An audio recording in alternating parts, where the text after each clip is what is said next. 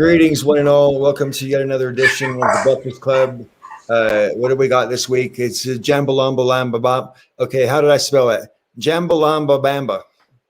Jambolombambo. There we go. Jambolombambo. That's what it means. Jambolombambo. How could I forget?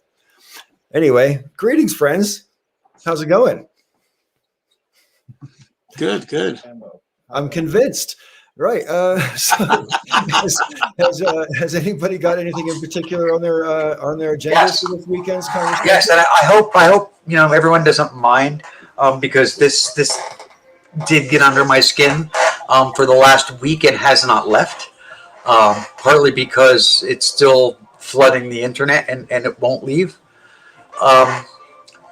Dave Chappelle. And now it's less Dave Chappelle and more his supporters. There's a lot of people, there's a lot of black people, a lot of black women. And that could be just what I noticed, whatever's in my backyard kind of a thing, that defending him and saying that white people and trans people should not be commenting about his special, that it's not about us, it has nothing to do with us. And this is all about race.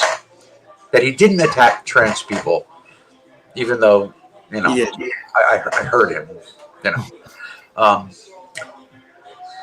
And I know none of those people are watching. Because there's 4 viewers? Yeah. And 3 of them are probably the same person. But Joe, can you let that person on? I can't scroll my screen. There you go. But even if the argument is that it's about race, even if they're right, it's still really shitty because he still took a shit all over the trans community in order to make his points about race. So he still bashed a vulnerable community, arguably the most vulnerable community in the country. And definitely when you talk about black trans women, the most vulnerable community, and for half hour, 40 minutes, whatever it was, shit all over them in order to make his points about race. So even if they're right, even if it was about race, it was still transphobic garbage. Well, and on top of that, and even just looking at his points on race, now he had some, but as I pointed out last week, some of his points on race were bad too. His whole thing about basically it shouldn't be easier for Caitlyn Jenner to change her gender than it was for Muhammad Ali to change his name. I'm like, well, it isn't, because today, if Muhammad Ali still lived and he was still Cassius Clay and decided to convert to Islam now and change his name, nobody would bat an eye. So he's basically complaining that after 50 some odd years, it's easier now for the trans community than it was for the black community 50 some odd years ago. Well, I would hope so, because I would hope that society would move forward. And by the way, that specific thing he's talking about that was so difficult for Muhammad Ali is actually easier for black people as well. So it was a really shitty thing. And if he wanted to compare apples to apples, he would have compared a trans person that was contemporary with Muhammad Ali, but he didn't do that. So it was a dishonest point. And as I said before, he basically weaponized the black struggle and attacked somebody else in the process. So again, it made no sense, and so he's bitter, but he's bitter at the wrong people. It's kind of like what I've talked about, like Trump people. They have a reason to be bitter, but don't take it out on, in this case, trans people. Trans people are not the cause of black people's struggles. Right. One of the people I was having a back and forth with about this issue just last night said that that we can't blame Dave Chappelle for transphobia. It's like, nobody blames him for transphobia. That doesn't mean he's not transphobic. Right. And they said, well, black men inherently hate LGBTQ people because of a history of enslavement and rape. But no one alive today has a history, a personal history.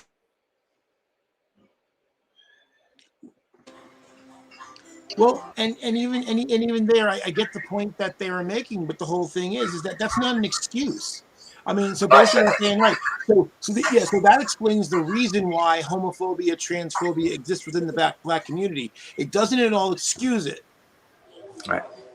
And, Right. and for the same token, he brought up racism in the LGBTQ community, which exists. And again, there's probably similar reasons for that, and none of those are valid reasons either. So instead of trying to really have an alliance between black people and trans people, and all LGBTQ people, he basically put up a bigger barrier. You didn't suffer as much as me. You didn't suffer in the way that I suffered. So therefore, this is the thing that gets me when they're attacking, so-called SJWs and saying, and I've even used the term myself, the victim Olympics. He's engaging in the fucking victim Olympics, except he's the guy with the gold medal pissing on the person with the bronze. So yeah, I know this was like well-worn territory last week. We spent a lot of time shouting about it, me personally shouting about it. But the discussion about it is still ongoing. And just the fact that there are people who support him are just saying the most ridiculous things in support of him.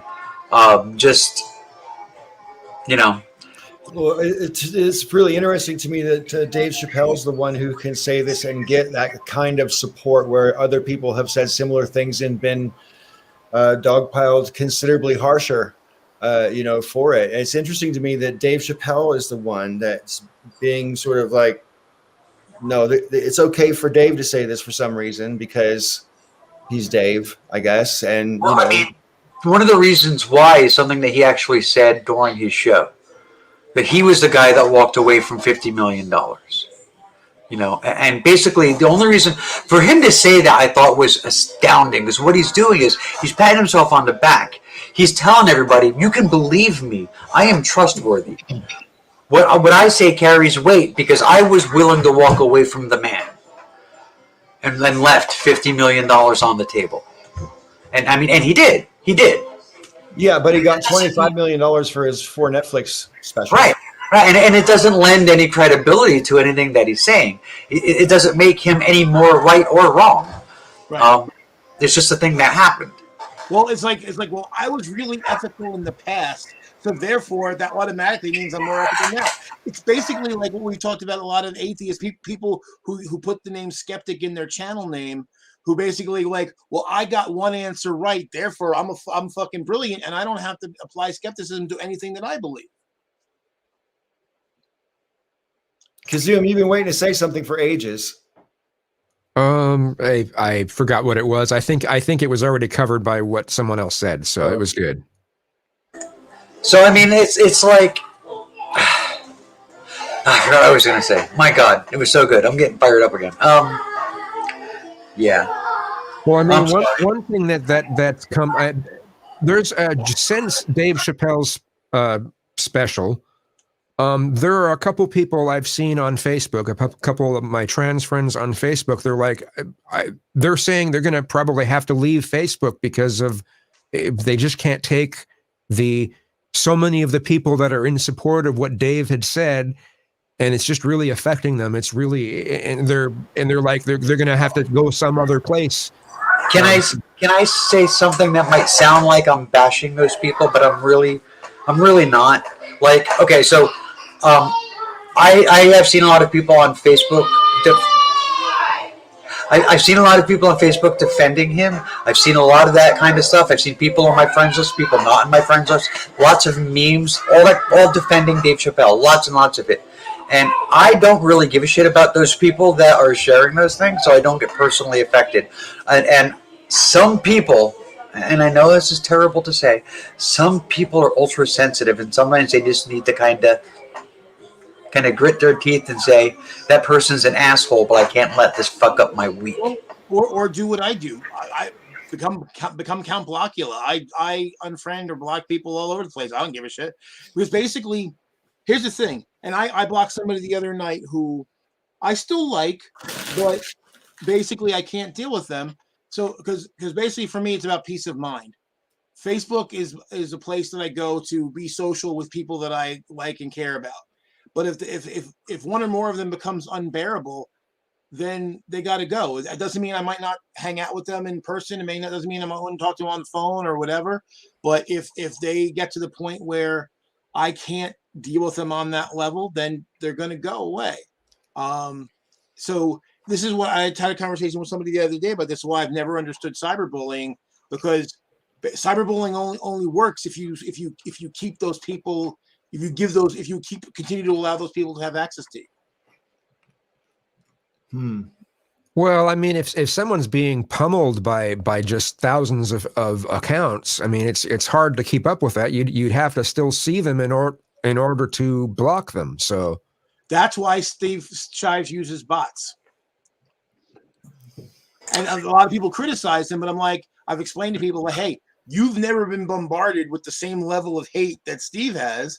Right. If you were, you'd want to use a bot too. Yeah, Raven has, but you'd want to use a bot too. And basically, I hung out with Steve a couple weeks ago, and we were talking about that. And basically, he caught some people in that didn't deserve to be blocked, and when they reached out to him, he's like, he unblocked them. It happened to me a couple of times because I was subscribed to a few people that were on his block list.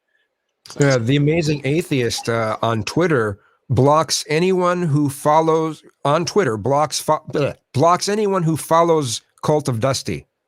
If you follow Cult of Dusty, bam, you're blocked. That's smart, actually, because I want to correct something. I have not gotten the same level of hatred as Steve Shives.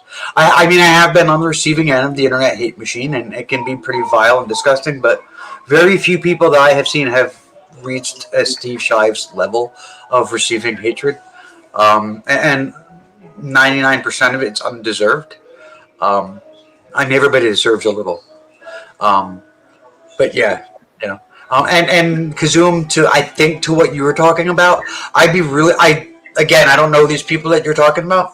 I'm not them. I don't know them. I don't know what their accounts are like. But I mean, I am a trans person with multiple accounts, and I'm all over the internet. And I don't have people pummeling me about the whole issue. I mean, I see it. I see it being said, and if it's egregious enough, I just block.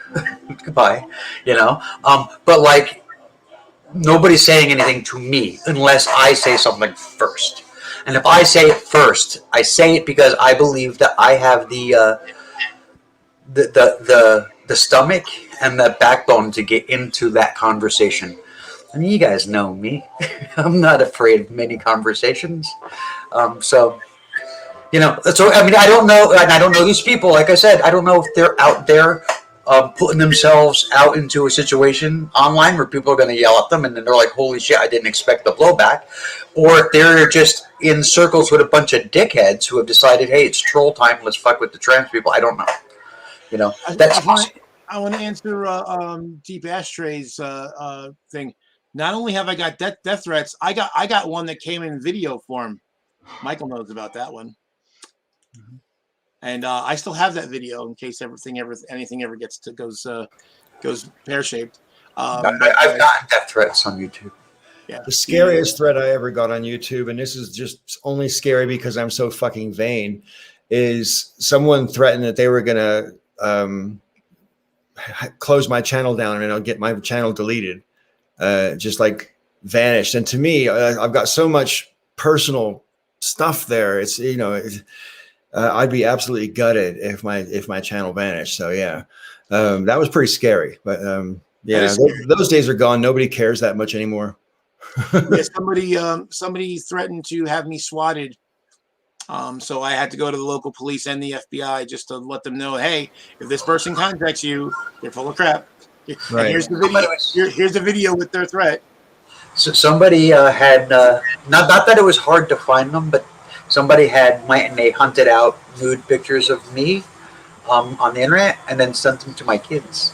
Ooh, that's vile. Yeah, and they were like young teenagers at the time. This was over 10 years ago. Yeah. Are your kids okay? That's a felony, actually. They are. Yeah, that's a it is a felony. I actually I took it to the state police, and they went to Interpol with it because it was someone in Europe. Wow. And the kids are fine, Michael. Thank you. Greetings, Michael. You've been quiet. I had a death threat that was, I hope that God places you and I in the same dark alley. And that was a weird one to me because I was classifying different types of death threats. Like if you get a comment on your channel that says the wages of sin are death, they're basically telling you that by being an atheist, you're going to die because of it, because my God's going to strike you down. But then when they go that one step further of thinking that they are the instrument of God, if they ever found themselves in your presence, that God put them there to kill you, that's another step closer to death in the death threat classifications. Yeah. That's very different. One person that made threats at me, and I don't take it as seriously, although I have a feeling if we co-located, that might be the case.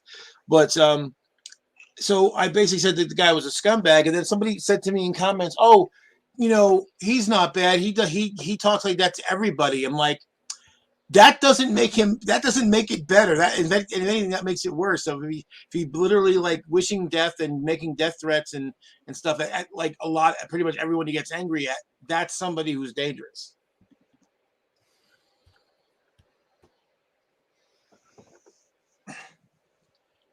So since it got quiet, I'll say real quick. So a lot of people, I've mentioned this last week, that a lot of people have been suggesting that I make videos again. So I am working on, I got 3 in the pipeline. Well, that's good. You can probably guilt me into making videos at this point, Joe. Cool. Well, that's what they did to me. So I'll tease you with the titles. One of them is called it's about the infrastructure, the battle over the infrastructure bill, and it's going to be called "I'll Crumble for You." There's one that's about. It's actually this thing about this discussion about. Are they all going to have 80s pop references? Yeah, not all of them, but this one really comes from. The talk about Chappelle and the people defending him makes me think it's kind of tangentially related. It originally thought of this when we were talking about the statues coming down and people defending the people who the statues are for, and the person I blocked the other day was actually about defending the founders to the point of basically kind of trying to dismiss their bad points as if they were unimportant. And since my family directly was the on the receiving end of some of those bad points, that's a bright line for me. But so what I want to, but basically it's how do we deal with people who did things that were outstanding or extraordinary in some way, something way that people that changed the course of history, but are flawed people in themselves, and to what degree do we credit them, venerate them, whatever we do, and why we would or wouldn't. So I want to call that Pardons of Stone. So if anybody's familiar with the movie Gardens of Stone, that was the inspiration for that. No. So personally, Joe, I mean, I think as far as parsing that whole thing out, I think it depends on the person and what they did that was positive, Sure, and what they did that was negative, and when. right. Because if you remove when from the equation, I mean, it's just founding fathers is a good example. A lot of them are guilty of doing nothing, of knowing something had to happen, and they didn't. They kicked the can down the road. Then there's George Washington, who was a real piece of shit when it came to his slaves. Right. And Jefferson, like when somebody was trying to defend Jefferson to me, I'm like, so on the one hand, yeah, Jefferson acknowledged that slavery was a moral blot on the nation, but yet he was more concerned about his own financial status to stop doing it. He didn't even give his Sally Hemings freedom when she died. Yeah. Now her kids, though. Right, her kids. because those were his children, but he wouldn't give it to her. So it's like one of the things that I find interesting about the whole thing is, like I said, I mean, when were they alive? What did they do, and all that kind of stuff? And I forgot where I was going. Yeah, and it even applies. I have nursery rhymes in one ear. I'm sorry. Well, and it even extends to people in modern day that aren't going to get a statue, but people who we like, as the society like Chappelle, like Louis C.K., people who maybe weren't as well known, but did a lot and they were famous. Harvey Weinstein, that kind of. How do you or Bill Cosby, probably a better example. So what do you do with that? How do you process? Do you not watch their stuff, or do you still partake, or all that? That might be a separate one for the modern people. Yeah, I mean, there's like people with Jimmy Page and David Bowie who were geniuses in their field, but did some pretty problematic, would be putting it lightly, but problematic things. And what do you do? Considering that these guys are like, well, one's dead and the other one's a million. Whether or not I listen to them doesn't affect their pockets, and they're not making any money off of me. So I can kind of like, okay, well, I can enjoy the art and still think the guy who's a piece of shit. I can separate these things. So, Joe, have you heard a song by John Lennon where he's saying that, woman is like something else in the world? Maybe I'm here to say what John Lennon said woman is like, but his song was comparing. It's almost like Chappelle's special. He was comparing the plight of African Americans to women, but saying that they are that of the world. Oh, okay, gotcha. Yeah. And along that lines, I read today that Rolling Stones are going to drop the song Brown Sugar from their live shows. Like Keith Richards is still like, I don't understand. And like, he's like, it's about the, the horrible things done during slavery. I'm like, yeah, but it's not at all condemning them. It's just kind of glorifying them. It's kind of like, hey, slave girl, you look kind of hot, Yes. So for all the great grandmothers of mine that were raped, I say, yeah, don't play that fucking song anymore. Well, I think that in the historic context, John Lennon thought he was, just trying to wake people up to the plight of women. I'm assuming he used the N-word. Oh yeah, yeah. In context, I would actually be okay with that because I get what he was saying. Kids of today are trying to cancel John Lennon over it. That one I get. I get. It's too late. Yeah, he's dead. Well, yeah, he was canceled in 1981. 1980. He was canceled in 1980. Yeah. Next. Yeah. Canceled by someone who killed him because he wanted to be famous as being the guy who shot John Lennon, which is just one of the most grotesque reasons to I don't remember his name. I know it, but I'm not going to say it on the internet. We're not supposed to say it today? Okay. Oh, I know it. Kazoo, that's a wonderful autumn jacket that you're wearing. I love it. Oh, thanks. Yeah, I just got it. Just got it a few days ago. So I like autumn clothes. Actually, I was thinking before the stream started. We have the banner. The opening banner is still like way out of date. And there's a picture of Kazoom, who at a much higher weight at the time. And I was noticing, and I'm thinking, like, wow, you look, I mean, I always thought you were a good-looking guy, but you look like really good now that you slimmed down. Oh, right on. Thanks. Yeah, yes. I mean, you need to update the banner. I don't even know how to do that. I don't even know how. Who put that one up? That was Bionic Dance. Yeah. I was going to say, I'm not on it, and I am like probably the most, steady participant. That's true. Yeah, I need to find out how to do a different banner, and then figure out how we can all pose It's- for it successfully, it's- other than take a screenshot, which is just lame. Well, I actually, mean, if that's what has to happen, that might happen. well, I don't know. if you look at what she did, those are images from the live streams that she's pasted on top of other graphics. Well, yeah, I think the picture of me, I think, is from my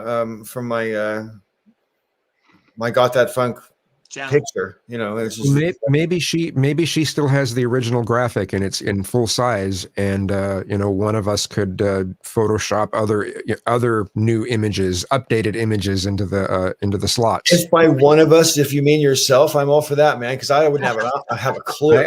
I can do that. I just need the images of each person, but I'd also need the main image, and we can see if Bionic Dance maybe has that still.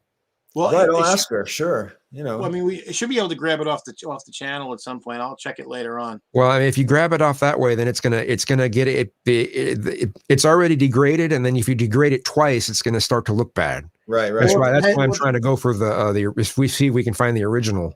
Well, it depends on what size the image that was uploaded, because it's degraded, but that may be just from re-rendering. It may not, Well, I don't know. It's like, who do you invite to a wedding, folks? I mean, like, here's like, seriously, who do you put in the picture? And who do you not put in the picture? I don't want to be in charge of that. Do you know what I mean?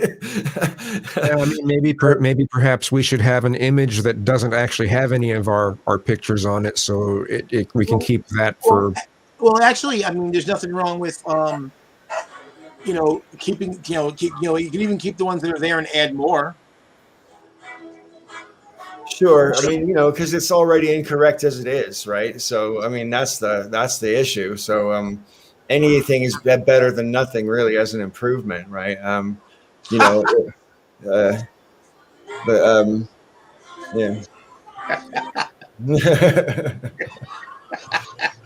Oh, I didn't even realize it said that. Yeah, I forgot about that. Yeah, that's kind of funny. But that's when we used to do videos every day, back when people had that kind of motivation. I found doing my weekly video sometimes quite daunting. You know what I mean? And I think even when I was on the original Breakfast Club, I found it quite daunting sometimes when my video would come around. But when that happens, all you do is rely on someone else to say something that you want to talk about, and then talk about something someone else in the group said, and you're always off the hook because you can always reference someone else's video, Well, that's kind of the way it was supposed to work, and I was unmuted all this time, making all that noise with my chair. I'm sorry. I need a chair. This chair is terrible. Anyway, yeah, that was originally kind of the way it was. I mean, somebody would make a video, then you could make a video talking about what they talked about. Do you ever and this is where I got the idea from. Do you ever like to sit with somebody, family member, brother, sister, close friend, and just sit there and start talking? And, you're talking you're talking about, I don't know, the Vietnam War, and then after a couple of hours of just kind of talking and hanging out, suddenly you're talking about God and the meaning of existence, and and it's just like conversations, if you allow them to, they just kind of take unexpected turns, and they shift and change. And I was always fascinated by that. Yeah, well, I think that these live streams that we do every week have been doing just that, yeah, but in a different way to the original vision of the channel. I actually quite like the original vision of the channel, and if I was motivated to make videos every week, I might therefore feel empowered to insist other people were motivated to make videos every week. But my problem is, if I can't lead by example, then the whole ship goes down, right? So I'm very grateful that we've been able to resurrect the channel with these weekly live streams, because I find them to be a lot of fun, and I regret deleting the channel and deleting all the videos. I regret it. There were some really good videos on there. There were some good videos there. Yeah. And just despite some of the early controversy, really interesting comment sections, for sure. A lot of people getting highly self-righteous as well. But who the fuck am I to complain about that?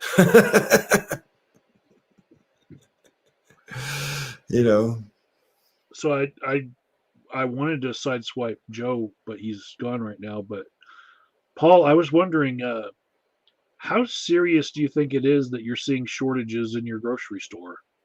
Because you told everyone on Facebook last week to start preparing. I actually think it's pretty serious. I really do. And when it comes to things like Christmas, for people who celebrate with gift giving and stuff, I think it's heads up. The thing is, you create the shortages by buying shit early, and I totally get that. But at the same time, you snooze, you lose. Really, this is really happening, whether we want it to be happening or not, and we don't want it to be happening. And as bad as it is here, be glad you're not in the UK right now. That's really bad over there. I was in Natural Grocers buying up some kombucha, and in the checkout line, they asked me, "Have you signed up for your Thanksgiving turkey?" And I know different places have Thanksgiving turkeys every year. Popeye's Chicken has one too, but I didn't know that they had Thanksgiving turkeys. And then I thought, wait a second, this is October. It's not even November yet, and they're like trying to rush me into getting their Thanksgiving turkey. And I was like, is there a turkey shortage? Do I have to like sign up, for a limited supply of turkeys? No, but the thing is, like my local store that I usually buy from, like now, if you want to get the free turkey, you have to spend $400, but that starts from tomorrow. So they don't care what you spend. It used to be like what you spent in the whole year. Now you have to spend it like right before Thanksgiving. Okay. So I definitely think sorry, I was just gonna say, yeah, to answer your original question, I definitely think it's a legitimate concern, and it really depends on what types of things you're trying to buy, as to what is empty here locally. And would they have been doing a trick where they're just trying to spread out the existing stock to fill up shelves rather than have big long sways of empty shelves? So you get some pretty weird sections in Target, but I noticed that in right after the pandemic in all the stores I went in, but right now in the Walmart closest to me, the soda section is about a quarter of an aisle. And they're hiding the fact that they don't have canned soda. They have a lot of other things. You're not going to starve, but right. For some reason they cannot get shipments of canned soda to keep a full aisle going and not make it look, bone bare.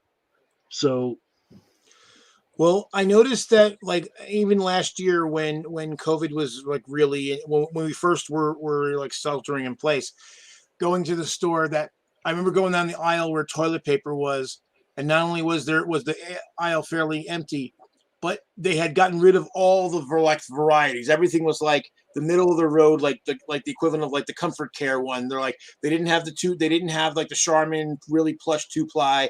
They didn't have the waste of paper 1-ply. It was like we got one style, we got 4 different manufacturers. It's all the same. Buy this. Shut the fuck up, move on. I think it's going to probably get that way again. But I had a customer place an order for some hardware. We placed the order on August 20th, and the expected ship date, this is stuff that's usually off the shelf. The expected ship date is December 8th. Wow. So, I mean, I'm not experiencing any shortages or outages of anything in my grocery store. I had nothing. With the exception of something that they ran out of at the beginning of the pandemic and they've never really fully caught up yet. And that's like Lysol products and some Clorox products. That kind of stuff, they sold out a couple of weeks after the pandemic hit, and it's never really come back. It's, it trickles in. But everything else, I mean, the shelves are full.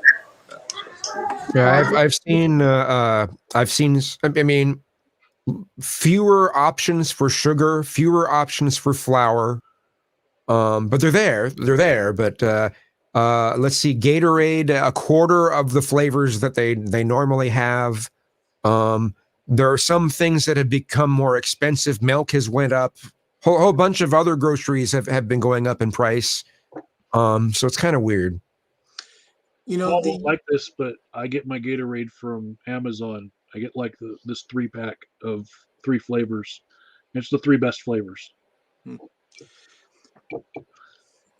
Yeah, one thing I've had a hard time finding, because of the diabetes, I only ever drink diet soda, almost only. But and so the only three varieties I really like. I like diet root beer, it has to be A&W. I like diet ginger ale. I prefer Canada Dry, and I like diet orange soda. I prefer like Crush or Fanta. I have not been able to find sugar-free Fanta or Crush in over a year. Wow. That's something else I've actually noticed over the course of the pandemic is Diet Coke. Just plain old Diet Coke sells out frequently. It's like they're always out of Diet Coke, and I'm like, I've never seen this before. How the fuck do you run out of a Coke product? It's like air in the United States. Yeah, That's mini what cans. I've noticed. Sorry, go ahead, The Coke mini cans. One day they'll be gone. Next day they have them fully stocked. Next day they're gone. I tend to prefer the Coke Zero to Diet Coke. Diet Coke's kind of nasty. Well, I don't like to drink anything that has aspartame in it. So I wish there was one that just used stevia. There are a couple, but I just don't remember what they are off the top of my head. Natural grocers. Some of the ones that I've seen that use stevia, they have stevia and another sweetener, and I haven't found any that have just stevia yet. But there might be some out there. Maybe probably some brand that has organic in the name or something. There was a Coca-Cola product. It was a green label. It was a green labeled Coke, and that was stevia. Oh, nice. I don't know if it had, but the label on it was green. It was the only Coke product ever came in a green label, and that's Coke Life. So I'm looking here, Paul. So Coke Zero has a blend of aspartame and Ace K. yeah. But yeah, I get why they've reduced the variety of things, because it makes it, you can put out bigger volumes. There's less waste and all that, because you don't have to do as many cleaning cycles, because you have to change between each flavor and all that. So it makes sense from a supply chain thing, if you're having problems, to cut down the variety that you have. Well, the whole supply chain issue is something that we have been overly privileged all our lives, I suppose, that we didn't really have to give it a second thought. You know what I mean? I mean, okay, sometimes you ran out of things, like if there's a rush on Cabbage Patch Kids one Christmas, I remember way back in the day, and they couldn't get them fast enough. That happens once in a while, but generally speaking, it doesn't happen to everyday goods like household cleaners or toilet paper or breakfast cereal or canned goods, So I'm guessing that just the nature of where I live, I am late on the dominoes as far as seeing problems with the supply chain. I mean, they keep talking about it on the news for 2 weeks now, maybe more. I don't know. Well, when I was in St. Louis last week, I definitely noticed that there were some things that you would normally just assume the supermarket was never out of stock in, that they were out of stock in. It's a huge supermarket. And you think, well, huge supermarkets are never out of stock of their, main aisle items. And, but they were. And so that was kind of surprising. And I've only really noticed it in Boulder here at Target. And it was things like wrapping paper and tape and stuff like that gone, Raven, what are the grocery stores you have around there? ShopRite, which is the big one. ShopRite, Acme, which is hilarious because Acme. Wile E. Coyote shops there. I was just wondering, whether the chains that we have over here are even in any way related to the chains that you have over there, the grocery chains. Grocery stores are all regional. Across the country, they're all regional. I mean, there are really big ones in the country that I've seen that we don't have in the Northeast, like Publix. It's like a massive. Apparently, that's a massive. I thought it was only in Florida, but apparently it's not. That's a big chain. Well, I mean, there are some stores that okay, like Kroger is the same as Fred Meyer. Albertsons is the same as Safeway. We don't have Albertsons. We don't have Safeway. We don't have Kroger. We don't have Fred Meyer. I've only seen one Fred Meyer in my life, and that was when I was in Washington State a couple years ago. I saw a lot of Kroger's in Michigan and Ohio when I was on my trip. But see here, and actually we have fewer brands now because we had 3 store brands, Acme, A&P, and Pathmark. And then Pathmark and A&P combined, but they still kept their separate names. And then Acme bought them, and they changed all the stores that they kept open as Acme. So we lost the Pathmark brand, we lost the A&P brand, which is a shame because back in the day when the 3 were separate, there was like a stratification. It was like Pathmark, A&P, and Acme. So the shittiest brand was the one whose name survived. A&P was like one of the first grocery stores ever, like actual modern type grocery stores. They started right here in New Jersey, in the next town over from me in Hamburg, and it's the Atlantic Pacific Tea Company. I mean, it's a massive, was a majorly old, way back in the pirate type days kind of a company. It started in a little tiny shop here in Hamburg, New Jersey, and they had gotten pretty big. They were in a big chunk of the country, had A&Ps. Then it was like overnight they were gone. It was like, well, because when they got turned into Acme Market. Yeah, Acme sucks. That's what upset me because Pathmark, like I said, Pathmark was a great store. They always had better selection and like higher. I like ShopRite. All the ShopRites though, there's multiple ShopRites. Like there's multiple like networks of ShopRites because they're all family owned. Like there'll be like a dozen are owned by the Renetco family, and there's another dozen owned by another family, and they actually have the best selection, the best prices, and they're big, massive stores. And anywhere they open one up, most of the grocery stores around them close down. They're almost like the Walmart of grocery. See, the thing is, I've had a problem down here though. There's several ShopRites now. We usually get our stuff delivered, but I find that like, particularly my local one, they're always short of certain items. So I actually don't order from the closest one because the one that I order from in Clark is actually more reliable as far as having everything in stock. How close are you to Clark? 20 minutes, 15. Really? Oh man, that's just in my head. Because I'm right off the Parkway, so basically for me, I only have to go I only have to go 5 miles on the Parkway to get there. So I'm in my head. I just imagine it being so much further. I'm like way down in Clark. Okay, all right. Well, remember you came down for that interview at that one store. That was like a mile from my house. Yeah, a mile and a half maybe. There was so there's sort of ShopRites. I have by me. There's one close by, and it's a little bit outside of I'm going to drive there to go shopping. You know what I mean? It's like once you get past like 10-minute drives, like fuck it, I'm not driving any further. But they're supposed to be opening one like around the corner, and I'm like all kind of jazzed about it. I can't wait. They're already started building. I drive by and I'm like, hurry up. Well, that's why I love to shop at home because, for one, I don't want to be traipsing through the store, and anytime I go grocery store for big orders, I'm there for 2 hours. My time is more valuable. Basically, it's $12 for delivery. I'm like, fuck it. Yeah, I can make that $12 up. Doing something productive for my business.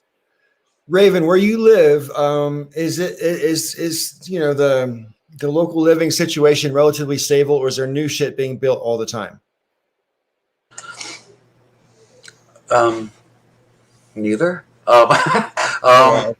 It's I don't know. Right now, there's we're at the tail end of a population boom in my area, but that didn't mean like new stuff was built because we had just come off of right before the pandemic. We were basically in a foreclosure crisis, where like a large percent, like double digits percentages of the homes in the area were abandoned or foreclosed on. I mean, every other house was empty. And it's not that way anymore. A lot of flippers. They bought the houses and sold them. And a lot of people made a lot of money through the pandemic. So wow. Where I'm at, there's not a lot of room to build anything. So the only time anything new gets built is if something old gets knocked down. Sure, sure. Well, like basically every time me and my gal drive into Denver from Boulder, there's new stuff that didn't exist like not very long ago. And I guess because she's been living here for nearly 30 years, so when she first moved here, there was nothing between Denver and Boulder. And now there's like all these little miniature conurbations everywhere. And I come from Sonoma County in California, and my hometown has more than quadrupled in the 30 years that I was away, in terms of its population size. I was surprised to find out that it's in the top 200 largest cities in America, but you don't need to be very big to be in the top 200. So it's kind of surprising. Well, what was really strange, my hometown where I grew up, if you look at the official population figures, they've barely changed since the 70s, but there's literally double the number of buildings that there were when I was a kid. So more people work there, but not many more people live there, basically. Apparently, because there's certain whole sections that were just like that town was actually all farms until like the early 60s. And then there were a few, and then people came in, developers came in, they built housing developments, they built apartment complexes, and then that built the town up. And now there's, all this, every time I go back, there's like more shit, like you're saying, when going in down to Denver. And I'm like, and the traffic's worse. And I'm like, well, the population should be a little bit higher, because the thing is, they've built a lot of housing. So like, who the hell's living in these houses if the population's not going up? Yeah, sure. Well, for a time in the 90s anyway, Sonoma County in California was one of the fastest growing counties in America. It's like the third or fourth fastest growing county. And my town is basically I'm old enough to be able to legitimately say, I remember when all this was fields, sheep and orchards, and now it's all, subdivisions that are well entrenched, and they look like they're old because they have been there for 30 years or whatever. But it just filled out really fast, especially while I was away. And like when I used to come home from the UK, every single time I went back to my hometown, there's a whole section of town that didn't exist before, with like strip malls and neighborhoods and schools and stuff. And I'm like, what the hell? So the town that I live in 1985, there were more cows than people in this town. That was the last time that was the case. But after 1985, it kind of switched. The number of people outgrew cows. But this used to be all dairy farms. A lot of corn fields here too. Right. Most of that is gone now. There's like a Dunkin' Donuts where the cornfield used to be. You know what I mean? There's a septic repair system where there used to be a dairy farm. It's just shit changes, I guess. But it's just, I also remember when all of this was fields. Yeah, right. Well, I'm just looking here too. Like my hometown, it's the third largest town in the county I grew up in, and only by a little bit. It's like 40.93 square miles versus 42 for the biggest and 41 for the second biggest. I got to think that the population's higher than they're saying. It's like 65 and change, and there's got to be more than that. Well, on any given weekday, San Francisco has like 3.5 million people in the city, but less than 900,000 people have San Francisco addresses. So, it's surrounded by suburbs, and most of those people work in the city. And I think cities are all like that, I'm sure. But it almost quadruples in size during a workday as compared to the people who actually live there. Hoboken is like that. Hoboken is the most densely populated municipality, at least in the United States. I'm not sure about North America. But if you look at the transient population, because it's a travel hub to and from New York City. So during the day, between the people who work in Hoboken and the people who are passing through Hoboken, the transient population is like 3 to 4 times its normal. So then it becomes like literally the most densely populated place in North America.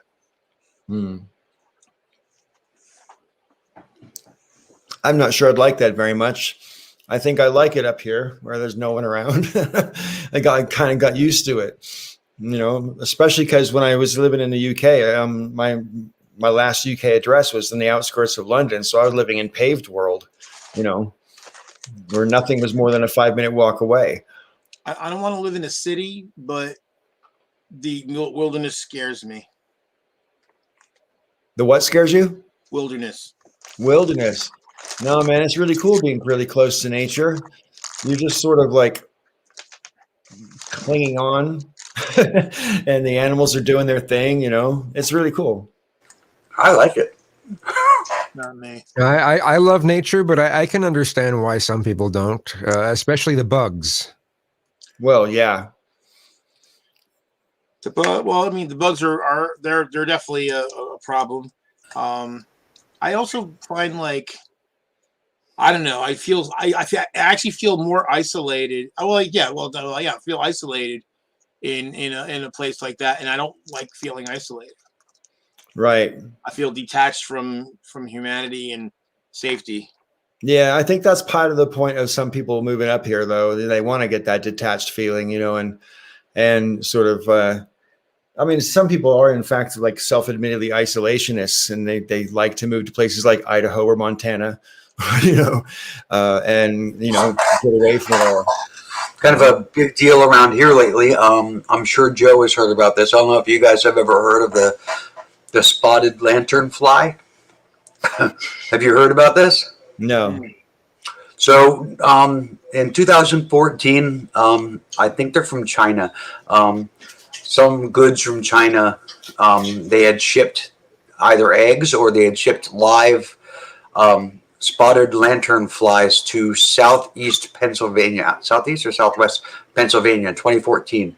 And they began to spread like crazy, but they spread really slow. So just now, the end of summer, just now, we're starting to see them around here. And it's like one of those things that we keep getting from the state notifications. If you see them, kill them. If you see their eggs, destroy their eggs. Because they're like extremely invasive. They're going to like kill all the trees. But in places where I live, where we have behind my house, there's like, miles of trees. There ain't no houses back there. There's bear. There's some cats back there, but there ain't no people back there. So for all I know, there's, millions of those spotted lanternflies breeding out there. Party. Yeah. I mean, it's just like, this is like a losing battle. There's nothing, that's the biggest thing they're doing is if you see them, kill them. There's a lot of land where ain't nobody looking. It's how a bit about of the murder hornets? tricky question, though. How would you propose to eliminate them? No idea. That is a tricky question. No idea. You can't really kill one bug without killing lots of bugs, right? I mean, isn't that the problem? You can't Get poison, the bugs you want. Right. You bring in another species that like eat lanternflies, and then you bring another species to stop that. Hey, I know an old lady who swallowed a spider. Yep. For anybody who remembers that from our childhood. Yeah, she swallowed a horse. She's dead, of course. Yeah. So the murder hornets, that's another one. I don't know what they're going to do about that because, again, you only know about the ones that you know about. Well, what's really funny to me to show what kind of a messed up 2020 was, we heard about murder hornets earlier in the year, and then there was so much shit going on that hornets that kill you didn't even like rate being on TV anymore. It's bad when. There's some hornets that'll kill you. Don't worry about it. In southern Texas and Louisiana, there was a time of year where this thing called the love bug would come up. It's like a swarm that when it happens, and anything that's white will be covered with them. And the first time I saw them was at a gas station where the entire gas pump was just covered in these bugs because they're attracted to white. And they're very seasonal. They come up for like a month and then they go away. But they originally were an invasive species from like South America. And then they just spread like wildfire along the Gulf Coast. Wow. There's I was at a friend's house years ago. We were getting together. Remember network parties way back in the day, before the internet, before broadband was all over. Well, anyway, so we get to his house, and then one of his daughters, said, like, "Hey, there's something outside." We went out and looked, and there was a bunch of ladybugs, like a few dozen. We're like, "Oh, that's odd." And then within minutes, there were thousands, and they were covering the house. And we're sitting there with hoses and spray, and we're just like, blasting these things off. And there were literally thousands of ladybugs, and they swarmed the outside of his house. It was weird and disgusting. I know someone who lives in Corvallis, Oregon, and that happens to them once every year. The whole house covered in ladybugs. Ew. Whole side of the house, anyway. That's cool. Ladybugs are so harmless, and they eat aphids, so they're good for your garden. So I mean, you must have a fantastic garden. Yeah, I mean, you can, if you have a greenhouse of some sort, you can pay to have your greenhouse infested with ladybugs because they'll eat all the other bugs on there. There's some other Yeah, I actually, for the front of my house where I do a lot of a lot of gardening, I was going to get some praying mantises because they do the same thing. Put them in your garden and they live there and hang out and eat all the bad bugs. Yeah, I mean, that was the reason why we didn't, we were trying really not to kill them, but we wanted them to get the hell off his house. Because they started to come in, and it was like, nah, you guys got to go. I've never seen a ladybug that big. Yeah, well, like I said, the individual ladybugs are cute. A swarm of them is fucking terrifying.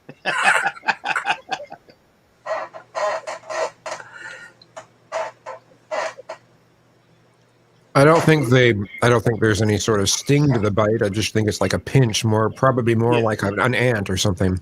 Yeah. Joe, you were gone when I wanted to sideswipe you, but I was gone on what? I remembered something that I wanted to sideswipe you with, because you said that you had some videos that you were planning to do. I'm working on one video that will actually take some research and effort. Most of my videos are off the cuff these days, but it's about this term that I came across in researching inflation and whether or not inflation was transitory. And it's called NIRU. And basically, the concept is that there's a level of inflation that matches up with a minimum level of unemployment. Like, we will always have these people who will not work, right? And the ways that we categorize unemployed people are important here, because NIRU is the non-accelerating inflation rate of unemployment. So it's the inflation rate versus unemployment. And what they're doing is manipulating the inflation rate to get people to work, right? And what's happened is it's become disjointed. The NIRU level is kind of it's hard to pin down in a pandemic. Like, who's willing to work?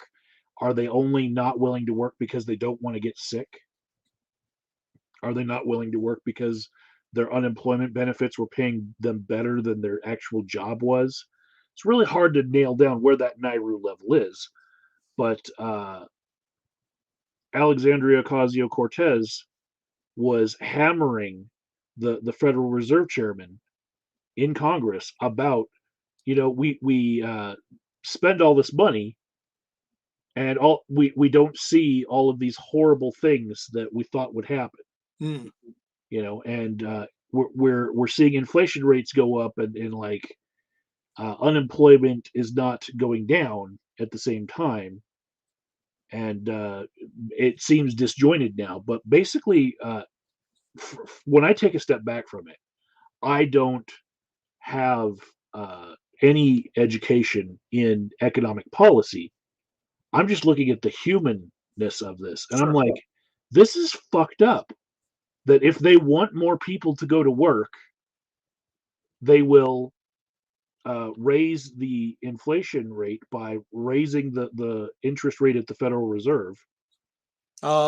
Which raising interest rates generally is to hedge inflation, not to increase it. What they're trying to do in the past was raise and lower the Right. interest rate. But right now, it's bottomed out. They have no control. Right. Well, and that they had that problem in Japan several years ago because they actually ended up going to a negative interest rate for the bank rate. It wasn't, it wasn't the prime rate, but the bank rate was actually negative because they were desperate to stave off. Because that was the only way the only room they had. So their equivalent of the Federal Reserve was actually loaning money out below cost. Well, the idea behind it is that if everyone was working that could be working, we would have worse inflation than if some people just stayed at home and did nothing. That would help us keep the inflation rate down. So if they wanted to keep the inflation rate down right now, they would create the circumstances where less people were working, which is what we have. So if that's not the natural state, if people actually wanted to go to work right now in droves, and maybe they're just holding out for better pay and whatnot, by the time we do get back to the natural state of everybody who wants a job has a job, where's the inflation rate going to be then? Don't know. It depends, and see, that's the reason why I've been saying, like, I when you and I have disagreed about as far as the core rate of inflation, that's what I was saying, because that metric you're talking about is disjointed. That tells me that the inflation that's what makes me feel, or kind of continues to make me feel that it's transitory. It's a at least in part it's a situational thing. As opposed to it, because it's not fitting the normal model. If we were not in a crisis, things should go along with the normal model. I don't understand why we don't have more truckers. Well, we don't have more what? Truckers. Trucking, are you so much more likely to catch the virus that you're not going to want to go be a trucker because you don't want to get COVID? You're driving in a cab. I thought the biggest hang up with the supply chain wasn't so much the truckers, but it's more like at the dock. It's dock workers. If we had dock workers working 24/7 and we had all of these ships trying to unload all their stuff, we don't have enough trucks to deliver all the stuff. Like there's a pinch point there too. And I would think being for a trucker, you would actually be better off because you're working with yourself. The only interaction is when you pick up and drop off, and you don't even have to. You can keep that interaction to a minimum. If you like, you can sleep in your cab instead of risking COVID by going anywhere else outside your cab. You can mask up when you're pumping your gas. It's not to be a very large risk for COVID, and yet we can't find motherfucking truck drivers. Is it that everyone has faced death in this pandemic and thought, wow, that could be me. I need to do something that I want to do with my life, and nobody wants to be a truck driver? I mean, it's hard to say. I mean, the thing is with trucks, it is grueling. I mean, after having just done 2,000 miles of driving, and not mine was spread out. It is grueling work. And I guess the question I would have is, what have drivers' salaries or wages gone up during the pandemic? Because if they haven't, to me that would explain why you're not getting more people. Well, I mean, they were all at the January 6th insurrection, so. Good point. So the horrible thing here is, like, if we start to see inflation that is not transitory, there is things that they can do to affect the inflation rate, but it will affect employment. Sure. And I'm all about hashtag team people. Don't fuck with people and their jobs.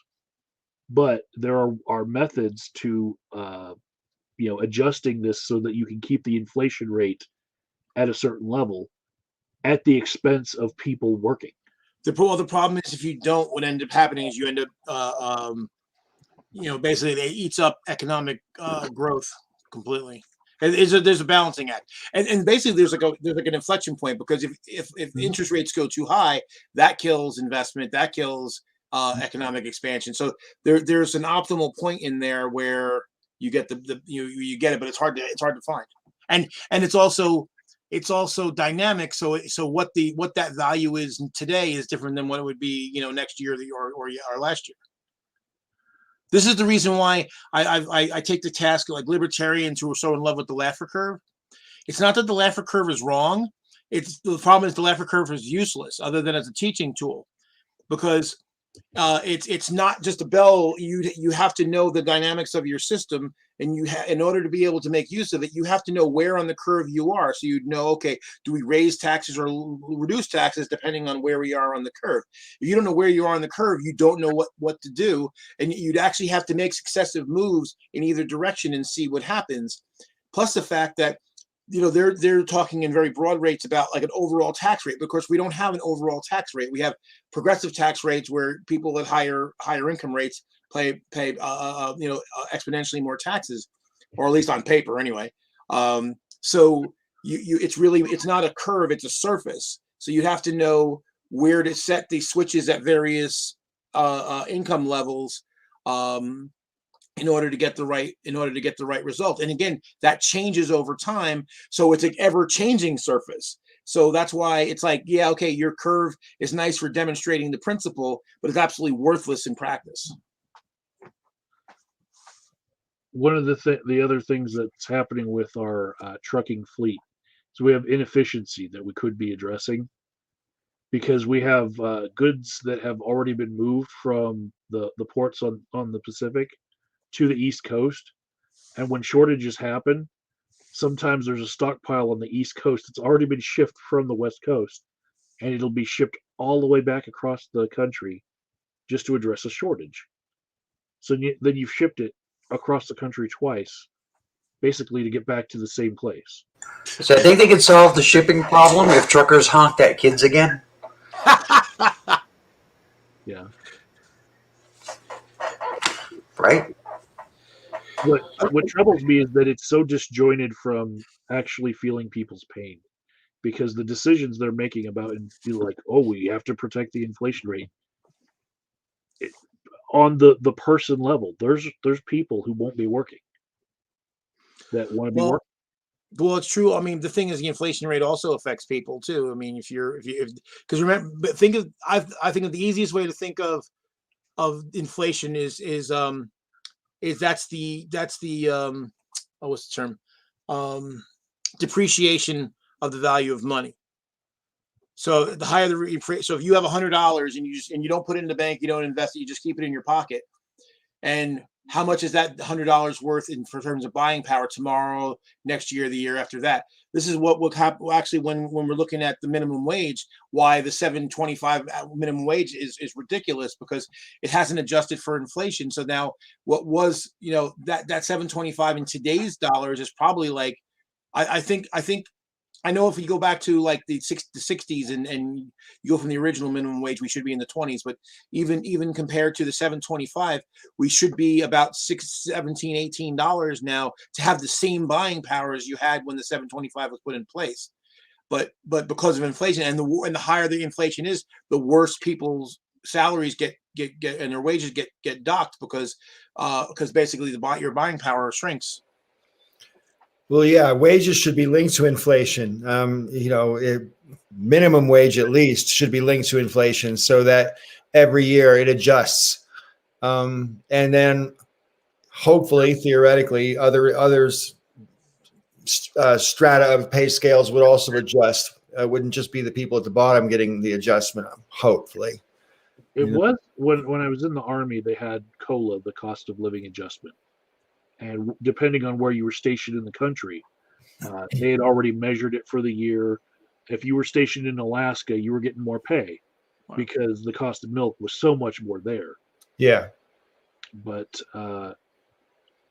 I see this already happening. And this is one of the reasons why I disagree with Joe so much about the inflation rate is people find that they cannot keep up with the cost of things without switching jobs. And this job hopping has been around for a decade at least, where millennials, they have basically 3 jobs a year.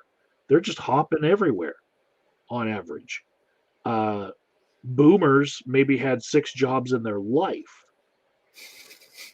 Well, I mean, the other problem too, and this goes back at least to the 80s, where if you stayed with a company, it used to be, if you stayed with the company would generally take care of you. You had a pension and all that. Now, after 5 years, if you don't switch jobs, you'll be making less money than somebody who got your job, doing the same thing, with the same level of experience. So in order to keep pace, so white collar workers have been aware of this for quite a long time. The problem is that where businesses miss the boat is that when you have to bring in new people, it costs money, it costs efficiency. So when somebody comes in new, most people don't just hit the ground running and are great. They have to acclimate to the new system and how you do things and all that. And if you had to recruit them, you probably have recruiting fees. So every time you get in somebody new, that costs money, and that new person is also less effective for some period of time, and that costs money. So if they recognize that and say, hey, you know what, I'm better off keeping the people I have happy so that they don't want to leave, they'll actually get a better result. And this is something I hired a guy a couple years ago, and we negotiated. We kind of settled in the middle of what he wanted. He came in. He was better than I expected, and I've given him some, I normally do raises once a year. I've given him a couple mid-year raises because he's so productive and he does such a good job. I don't want to risk him hopping to somewhere else. So I'm saying, hey, you know what? I'm going to bring him up. Because I'd rather keep him and pay him more than have to hunt for somebody else, and who knows what I get. And start all over again. The training issue is a really big one as regards to supply chain problem, because there's a finite number of people who can do unloading cranes for those shipping container ships.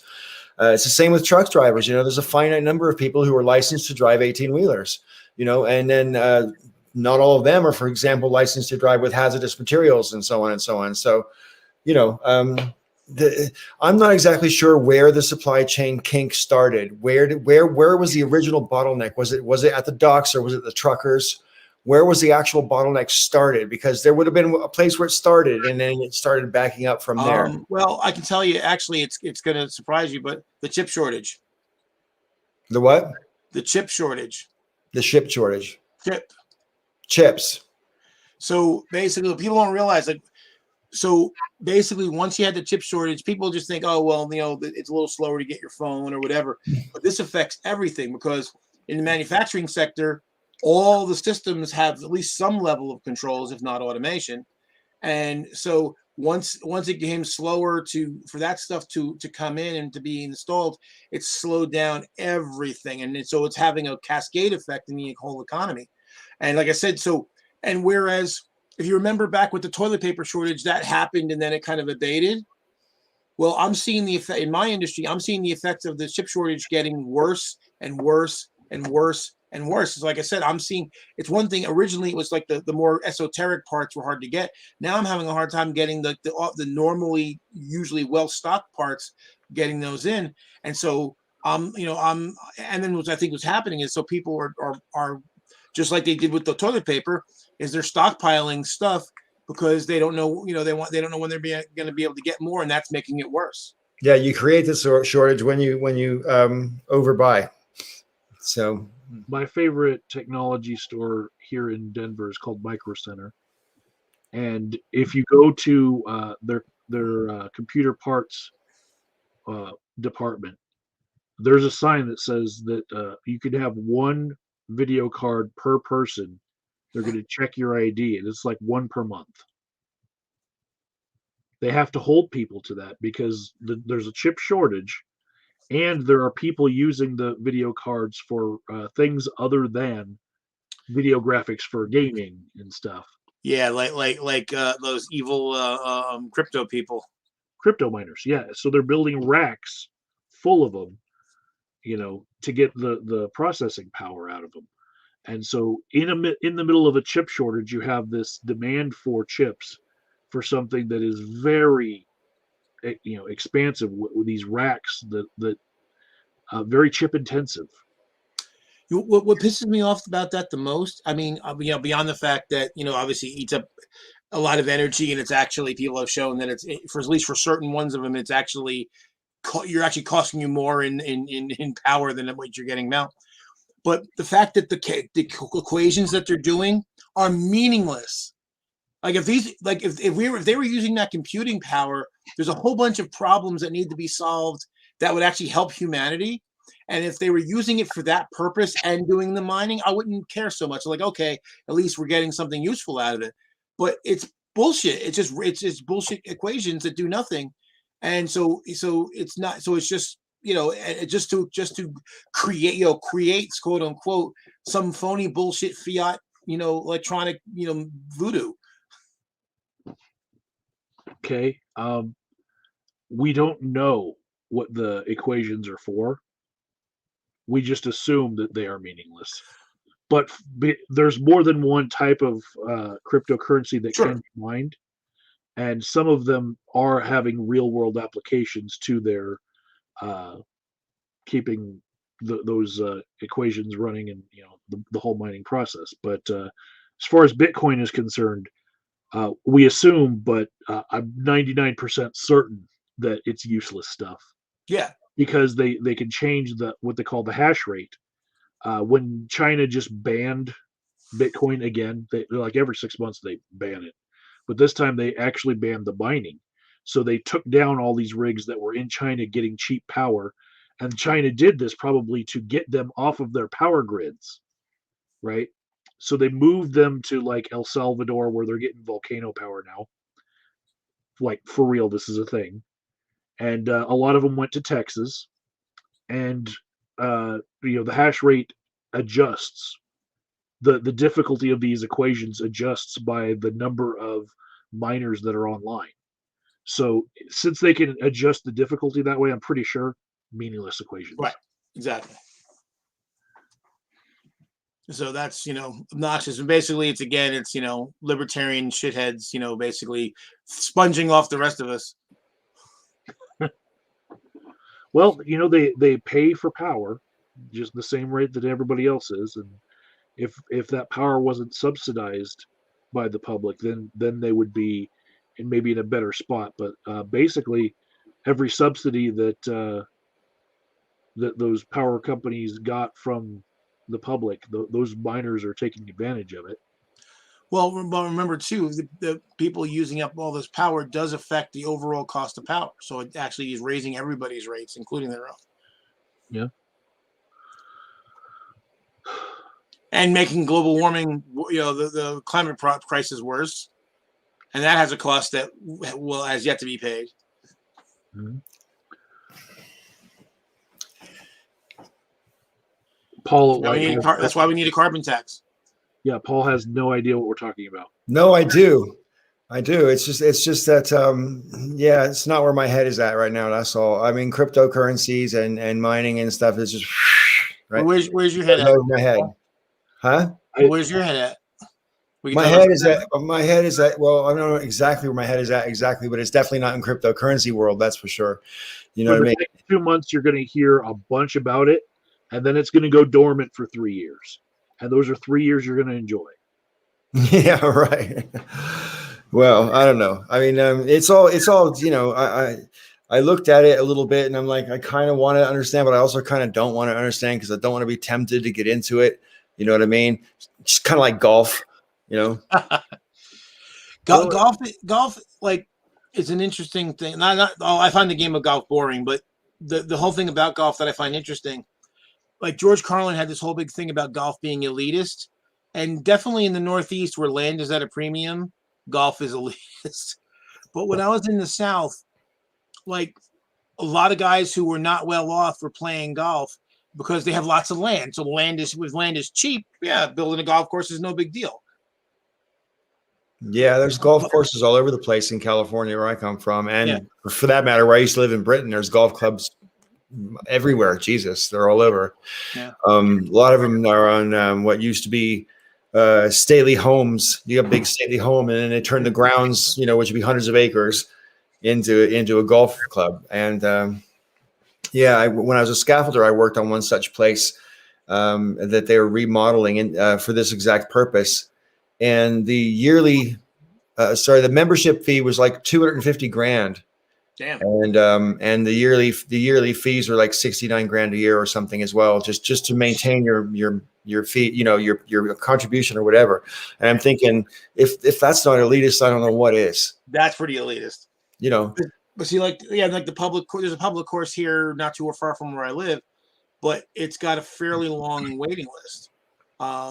Whereas, in North Carolina, apparently it's fairly cheap to go golfing. Although, I mean, you have to have golf clubs and the stupid little hats. Well, I mean, the thing about golf, and you don't have to be such a high roller for this to be true. I mean, it can be you and whoever your companion is having a game, talking about whatever, and you have completely privacy in your conversation. You don't have people over, and so that's why people make deals and so forth. That's why golf is good for that kind of a thing. Also, you don't have to be super fit to play golf. It's not like there's no running or jumping or anything like that. I'm going to say that there's another thing about golf that I find relaxing, and that's that nobody really is expecting you to be Tiger Woods. No, the dream of turning golf into your career isn't such that if you tell somebody, hey, I'm going golfing, that they're going to expect that you put in the effort to become so good that it's going to become your career. Well, that's kind of one of the reasons why I don't play golf, is because I don't like watching it. I find it kind of boring. And I also know that no matter how much I tried, I would never get very good at it. Yeah, if I take a sketch of Raven, wow, and I start making art left and right, people are going to be saying, hey, why don't you sell your art and become a millionaire? Why don't you get so good and publicize yourself? Every fucking hobby people do, it seems like it's monetized. There's so many side hustles in America. And if you're talented at anything, people expect that you're going to want to try to make that your new career. And I'm like, motherfucker, I have a career. When it comes to golf, I go to the George Carlin philosophy on it also. It's a stupid game. Hit a little ball with a crooked stick, and then you go get it. And when you find it, you hit it again. So it's a stupid fucking game. If you find it, pick it up and put it in your pocket. You're lucky. You won. Well, he makes the point too. It's you go to these Augusta and all these high end golf courses. The only black and brown people there are carrying trays. Oof. I mean, I'm with Marcus. Yes. Miniature golf is the only way to play golf. Golf's fun. That takes some skill. Yeah, and it's genuinely fun instead of tedious. I don't know. I shouldn't judge because I've never actually played a proper game of golf, so I shouldn't call it tedious when I've never tried it. But it just looks tedious. I mean, I don't have to try liver to know I'm not going to like it. At the college I went to, we actually had to have gym every semester. So I did a few things. I took archery. I did take golf. And yeah, it's tedious. You do have to have a certain amount of, there is a certain physical, you have to be able to do that swing hard enough to be able to get the ball to go far enough down the court to the fairway. Yeah, the fairway. Yeah. Well, see, the funny thing about that though is, they make you hold it this really wacky way, which is really uncomfortable. And when I said fuck it and I just did a baseball swing, I smacked that fucking ball a long way. Well, it looks just as much fun to go one of those driving ranges and just smash a whole bunch of balls, just get a bucket of 100 balls and smash them all and then go home. You know what I mean? Who cares about getting it in the hole? Just go. One of my vendors, they do a golf outing, once or twice a year, and that's exactly what it is. They give us a driving range, and then you go and unlimited balls, and you just smack the balls and then you schmooze and talk about business. To answer your question earlier, where's my head at? I kind of hoped that we could get to talk a little bit about the impotence of the Democrats in Congress right now, because why isn't Steve Bannon arrested yet? You know what I mean? I'm serious. He's done his thing. They go, we're gonna refer. Okay, you should have known this was going to happen, so you should have had the referral ready, typed out in triplicate, and all ready to file the minute he didn't show up. You know what I mean? This isn't high drama. This is our fucking real lives, and they're going to get away with this shit again if they run the clock out, which seems to be what they're trying to do. So I guess the panel is going to pursue criminal contempt. So they have to. So I guess what they do is they bring it to the panel. They vote on it, and then they can direct the Justice Department to the wheels of government don't move very quickly. Yeah, actually, I think it's even more involved than that. I could be wrong though, because they were talking about it the other night. So it's like, okay, so like the committee, it has to get through committee. Once it gets through committee, it goes before the full House. Then after that, then it gets sent to some other fucking thing before the Department of Justice gets it. And it's just like, I don't understand. Like if I would had received orders to appear before some governmental body, if I didn't show up the next day, those motherfuckers should be at my door. Right. And I mean, the whole thing is subpoena under penalty. You don't show up, you get penalized. That's what subpoena means. Well, and the reason why without the penalty, it's just under. Here's why: because the Justice Department is part of the executive branch. So, in order for the legislative branch to make the executive branch do something, they have to go the process in order to say, "Hey, we've done the votes, we've done the legal process on our end to say, here's our authority to tell you what you have to do." Well, don't get me wrong. I'm a huge fan of due process. It's really important for justice to take place, and I totally understand that. But we're talking about an insurrection.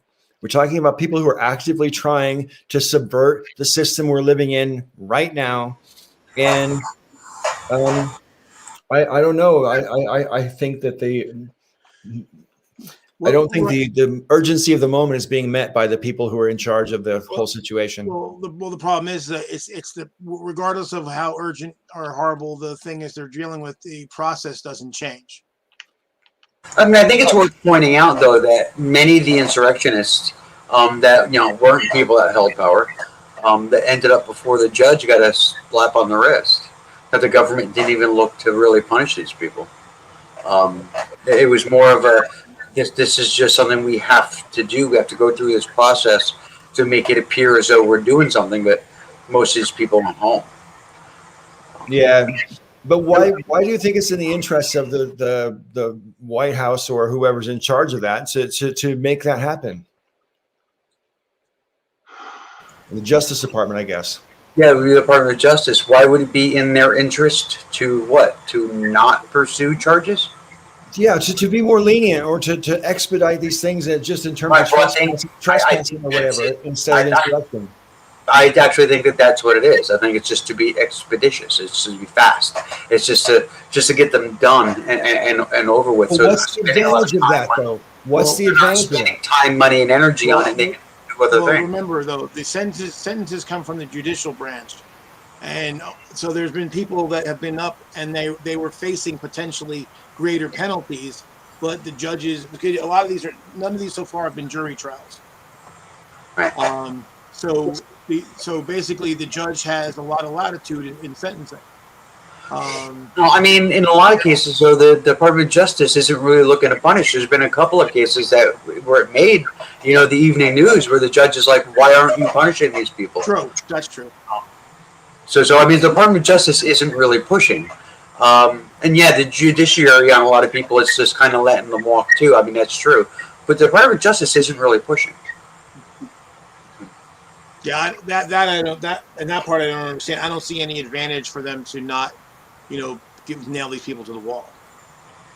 Well, Steve Bannon's already been arrested once. They went out and arrested him on a Chinese yacht, right? A Chinese billionaire's yacht. That's how bad they wanted him last time. And that's while Donald Trump was president. You can't tell me that we can't arrest him while Joe Biden is president, if they could arrest him while Trump was president. So when did he fail? What day did he fail to appear? I think it's either Wednesday or I think it was Wednesday. Okay. Well, basically, then so I mean, so then they started the process. I'm looking here; we're a couple of days ago. So basically, Thursday was when the process started. So, I mean, they're in the process. If they didn't start the process, I guess I would be more irate. But now, if they don't actually follow through, I'm going to pop a fucking gasket. Well, the way the Democrats in Congress seem to do it is they kick the can to each other or to someone else. No, they'll kick it to the courts or whatever. And then they'll take however long that takes. And then they will absolve themselves of any responsibility for the way they did it when they might, I don't know. It just seems like there's so much prevarication and people just trying to make sure that they're not the ones who get saddled with the blame for it going wrong if it goes wrong. That's just my perception. Maybe I'm wrong. Do you feel like you're not getting enough for your vote? You feel kind of a little shortchanged on, we got you guys into these positions, and what are you doing? Well, I feel I personally haven't really put it in those terms to myself, but the way I keep framing it in my own head, and this is partly responsible to the fact that I watch what I've watched on the news, so I know I'm prone to seeing it in this particular way. But it blows my mind that Joe Manchin and Kirsten Sinema can basically put whatever their own personal principles are above the interests of the whole rest of the party, as if they have that, as if they're not supposed to be part of a party, which is part of, which is promoting a program, and it blows me away. I mean, maybe there's some archaic reason that it's a good thing that one or two people can hold up the process, But seriously, it just blows my mind because we're doing the same thing we did with the whole healthcare argument in Obama's first term when they had a majority in both houses in Congress and still didn't get single payer passed. The thing that pisses me off with Manchin is that he keeps fixating on $3.5 trillion is a lot of money. Look, well, yes, it is. But when I actually started looking, because I wasn't really paying attention, I was kind of looking at the scorekeeping and not looking at the actual bill. So I started paying attention to the details, and it's $3.5 trillion over 10 years. Right, and it's all paid for. $a year. That's, I mean, yes, it's still a lot of money, but that's not that bad compared to everything else we spend money on. The defense budget's nearly $800 billion. So it'd be like $750 billion for 10 years. What would that be? $7.5 trillion. Right. So, but yeah, he doesn't. But I don't hear him saying, "Hey, we really need to cut this defense budget." Which again, we're spending more than Russia, more than double Russia and China combined. And then all the other people, or if you look at it, we're like the next 25 countries or 14 countries, whatever, and most of whom are allies or at least not belligerent with us. And I like military stuff, and I generally keep up on it.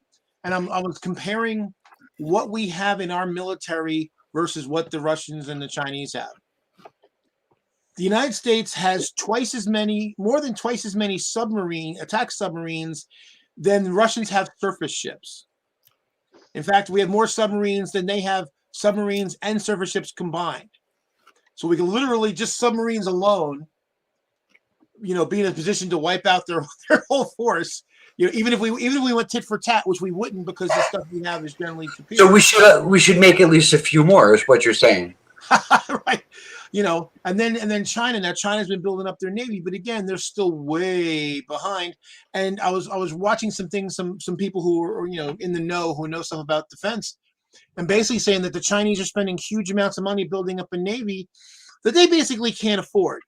And that's kind of what happened to the Soviets in the late 80s, early 90s. They basically spent a lot of money that they couldn't afford because their economies were shit, and they basically blew their economy out of the water. So, and quite frankly, China doesn't want to have a war with us. We, for one, we owe them lots of money. they don't want our economy to crash. They need that money back. So it's kind of ridiculous, that we have so much, and again, as far as surface ships, again, the Chinese, they do have 3 aircraft carriers. They have like 80 ships total, and we've got, we have over 80 destroyers alone. But don't they have a lot more actual people in the military than we do in ours? They do, but the problem for China is that doesn't really help them as far as fighting a war like on our soil. If we were to attack them, sure, I wouldn't want to attack China. They have people out the ass, and they could do what the Russians did during World War II and just throw bodies at it. And if we kill at a 4-to-1 ratio, but they have 5-to-1, the outnumbers are 5-to-1, they still win. But the thing is that they don't have the sea lift capacity to actually bring an invasion force to attack us. And because we have 89 attack subs, 127 surface combatants, and 11 aircraft carriers, there's no chance that task force would ever make it anywhere near our shores. So it's kind of like we're basically, it's Maginot Line thinking. We're fighting the old war. We're still in the mindset where Russia and China have these big gigantic forces that are going to come get us. And I've heard a lot of people bring that same thing up about China. Oh, China's got, for one, China's military now is manpower wise is a third of the size of what it used to be. They actually got rid of a lot of their territorial defense brigades, which was like 23 million. And they've shrunk everything else down. They've actually tried to improve quality. They've actually gone the route that we did. But yeah, so the only thing I really could be concerned about is what China could do is if they wanted to invade Taiwan, that would be a problem. That's something that they could actually, they have actually built a force that's actually a threat to potentially do that. But to attack us on the mainland or even attack our island holdings, no way. No way. Well, I mean, if they wanted to do some damage, they could hacking. There could be malware and stuff like that they could create that could cause quite a bit of havoc. That is a much more realistic threat from the Chinese than anything that they do militarily. In fact, my company, we did a webinar on Thursday talking about cybersecurity and what impact this has on manufacturing and industry. Ransomware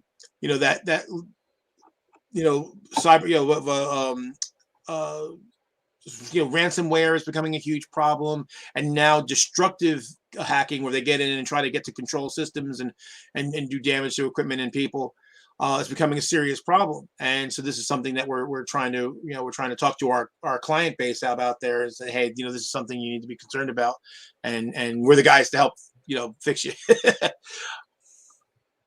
Yeah, Microsoft with Windows 11, they're putting all these extra requirements in them to try to stop. They're cutting out a whole bunch of people's computers, but what they're trying to do is make things a lot more secure. So this stuff is a lot harder to achieve. Exactly. I mean, and the thing is, and it's true. I mean, one of our clients, we got we built a consistent for one of the local water companies here, and we have security on it to protect it, but we see evidence that the hackers are trying to get in. They haven't been successful, but they're basically trying to get in, and these are the systems that pull the water out of the wells and send it to the processing plant. So we're talking to them about the next, hey, you need another layer. You didn't pay for it, you didn't ask for it, but you know what? You need another layer of security because they haven't got through yet. But if we don't do anything, they will eventually. So that I'm way more concerned about that than them invading us or attacking us militarily. Yeah, any country that would to openly military attack the United States would be quite foolish for whatever reason. Really, that's why the whole threat has been more sort of asymmetrical warfare, because that's the only kind that has a chance of surviving retaliation. But anyway, unless they broke the rules and went chemical weapons or biological weapons. True, although biological weapons has a severe risk for the user as well. Yeah, I suppose so. And I'm sorry I interrupted you. Got that, Funk? That's fine. I lost my train of thought. Well, we were talking about impotent Democrats, and so if we wanted to get back on that train.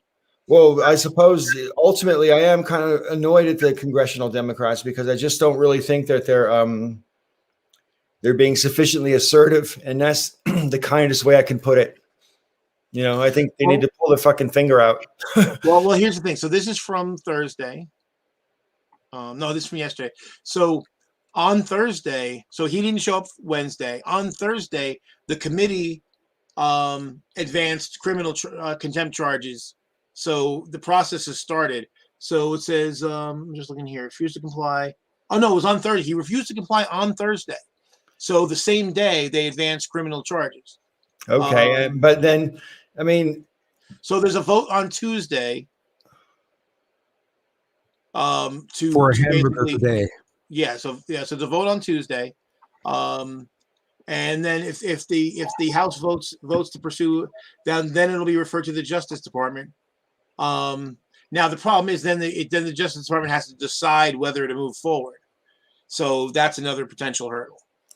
I mean, I just can't understand how they could not. I mean, honestly, in the face of what we're looking at, or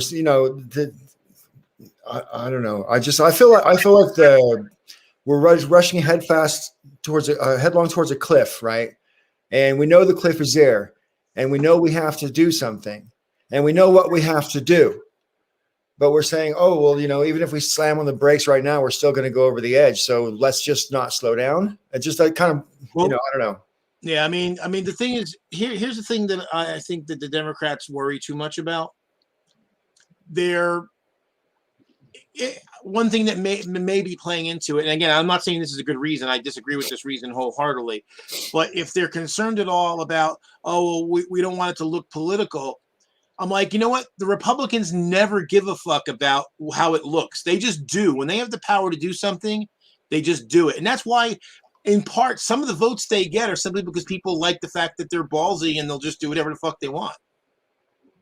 Well, I mean, that's certainly some of the draw that some people have towards Trump. So yeah, right. And that's the thing. They like the fact that he'll just say and do whatever he wants. So yeah, I think that. But that to me, the perception that it's political should never be a consideration. If it needs to get done, it needs to get done, and maybe it affects how you do it, how you go about it, but it shouldn't ever stop you from doing what needs to get done. I'm never going to let anybody who wants to talk about how Dr. Seuss is political complain about other things being made political. You know what I mean? I mean. Do you see what I'm saying? I mean, these people don't have any problem calling the most ridiculous things a huge political issue. You know what I mean? So it's like the war on Christmas, among other things. I mean, there's actually a list, right? They do it over and over and over again. It's their motive. It's actually all they got. That's all they got is gaslighting. That's all they got. See, the problem is, and this is part of the, I think the problem with Manchin is there's still this thing that they think that they're having this collegiate discussion, and they're not. And I give the analogy. I think the analogy of a knife to a gunfight is hopelessly optimistic. It's they're bringing a book to an artillery duel. I don't know, man. I've basically lost it. I watch it happen, and I'm thinking to myself, this dance has been deliberately drawn out the way it's been drawn out. This all could have been concluded a long time ago, and they're trying to run out the clock. And it seems to me that, I mean, if Manchin and well, for sure Manchin, if not Sinema, but if Joe Manchin was honest, he just crossed the aisle. But if he did that, then we lose our majority and not be able to get anything done, right? So it's catch-22. We damn with him and damn without him. You know what I mean? I don't know what to do about the situation, because I kind of think the power's gone to his head a little bit. Yeah. Because he seems to object to every single thing they want to do. Yeah. And I think what Tombstone's here is saying is very apropos. Basically, this idea, and I see it even in the Twitterverse, people on the left seem to think that we can shame these fuckers into behaving correctly. And that's not possible. They have no shame. Well, Trump proved that. Right. And so this idea that we're going to and I've seen people, oh, well, they're done now. No, they're going to use when they have power, they use it to whatever extent that they're able. And the sooner that the Democrats and the left in general learn that, the better.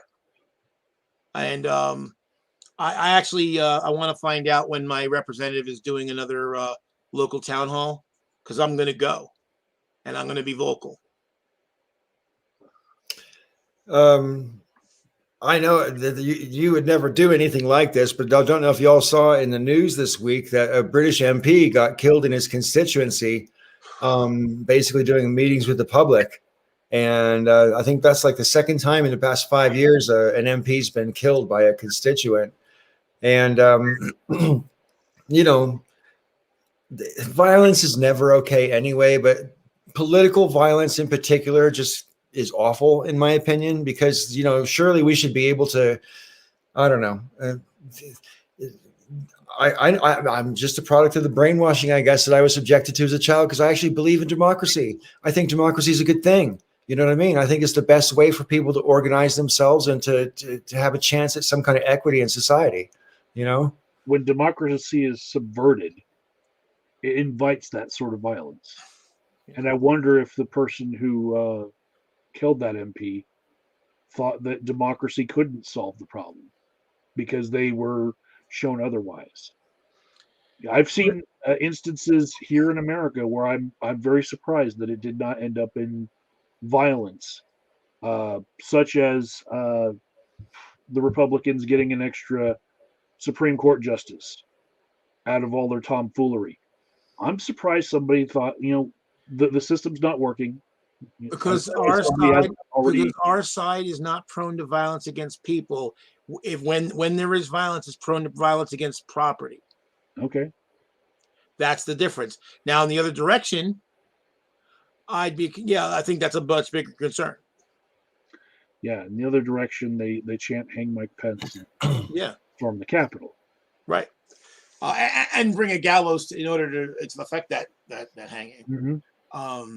And that's I'm very concerned, because, you know, if we don't do the right thing now, then January 6th becomes a test run for the final thing. Yeah, absolutely. I noticed that you're not wearing any autumn wear. You're getting kind of cold there. What's the temperature in Jersey? It's almost 80 degrees today. Autumn. We should be dressing like autumn. Too warm here for that. I don't know about you, Michael, down your way, but certainly where I was today, there was not a cloud from horizon to horizon all day long. I have not seen such a pretty day in years and years and years. It's like flawless azure sky. Like, yeah, it's great around here when it's like that as well. Should be good for looking up at the night sky from where you are too. You know, and again, I want to address Tombstone's comment here. I agree with them, and this is, and you see it already. They're already saying that the next election is rigged before we even, you know, nothing's even started yet. They're already saying it's rigged. Donald Trump is calling for Republicans not to vote in the next two elections. Let's discuss that a little bit more, because that's kind of a funny thing, because this echoes from, in my childhood, I remember that sometimes in some South American countries and also some Eastern European countries, they tried this as a tactic because the dictator in question would be getting like 85% of the vote or whatever. And so they knew it was all a farce anyway, so don't participate. But they're trying to call, as you say, they're trying to call this a farce before the event, before it even happened. Before, you know, we don't even know if Trump's actually going to run yet. You know what I mean? And the whole thing is just, to me, it's a joke. I mean, I know he has like intentions of running. I think that's pretty obvious. But the bottom line is lots of things can happen. A famous quote in British politics is, "A week is a long time in politics." And that is certainly true. I mean, think of how long a week was when Donald Trump was president. You know, it's like your whole life slowed down in one agonizing avalanche of pain, right? I mean, that's how the whole Trump presidency was for me. And I lived abroad. I don't know how it was for you guys, but it's pretty bad for me. And I don't know, man. I think Trump is doomed. I think SDNY can get him way before 2024. You know what I mean? I mean, you say the wheels of justice are slow, and I agree. The due process has to take its course, and I get that. But sooner or later, they're coming to get the guy. And he's going down. You know. Well, see, here's one thing, and I could be wrong. But here's my surmise, and you know me, Paul. I am not prone to giving into conspiracies, generally speaking. Never. You're gonna like this one. So my feeling is the reason why Trump's saying don't vote. So he's basically telling everybody it's rigged, so don't vote. Then when you get the expected result, the Democrats win all over the place, because this is part of what undercut their argument of it being rigged is, well, why is the Democratic margin so thin? How come you're challenging in places where Republicans won, right? So if the Republicans generally stay home and the Democrats win in like ridiculous numbers, well then now they'll believe it, and now they'll pick up those fucking guns and they'll start shooting people. Well, yeah, they're sort of the ones who are prepared to do that are already planning to do that, whether that's the scenario under which they do it or not. I mean, these people seem to be committed to the fucking boogaloo come hell or high water. You know, there's a lot of them. I don't think there's a majority by any stretch. I don't even think it's 25% of the population that are actually prepared to, you know, be that kind of violent. But I mean, the infiltration is going on in terms of the violent rhetoric. That, I mean, it's like school boards. If you're a school board person and you're not safe because you got people marching outside your house with guns and throwing excrement at your house and shit like that, you know, that's not all right. That's not all right. You know, I mean, free speech is one thing, but threatening people, especially people with children in the house, I mean, that's just outrageous to me. You know, and I can't believe there's not more that can be done. And what they're going to do, and I think what they're trying to do, is they're going to scare all the people of good conscience out of the way, and then the bad people will be the ones that'll take over those jobs and then make those decisions, and we'll be out. So you got to hold your ground, right? The NASDP was a minority.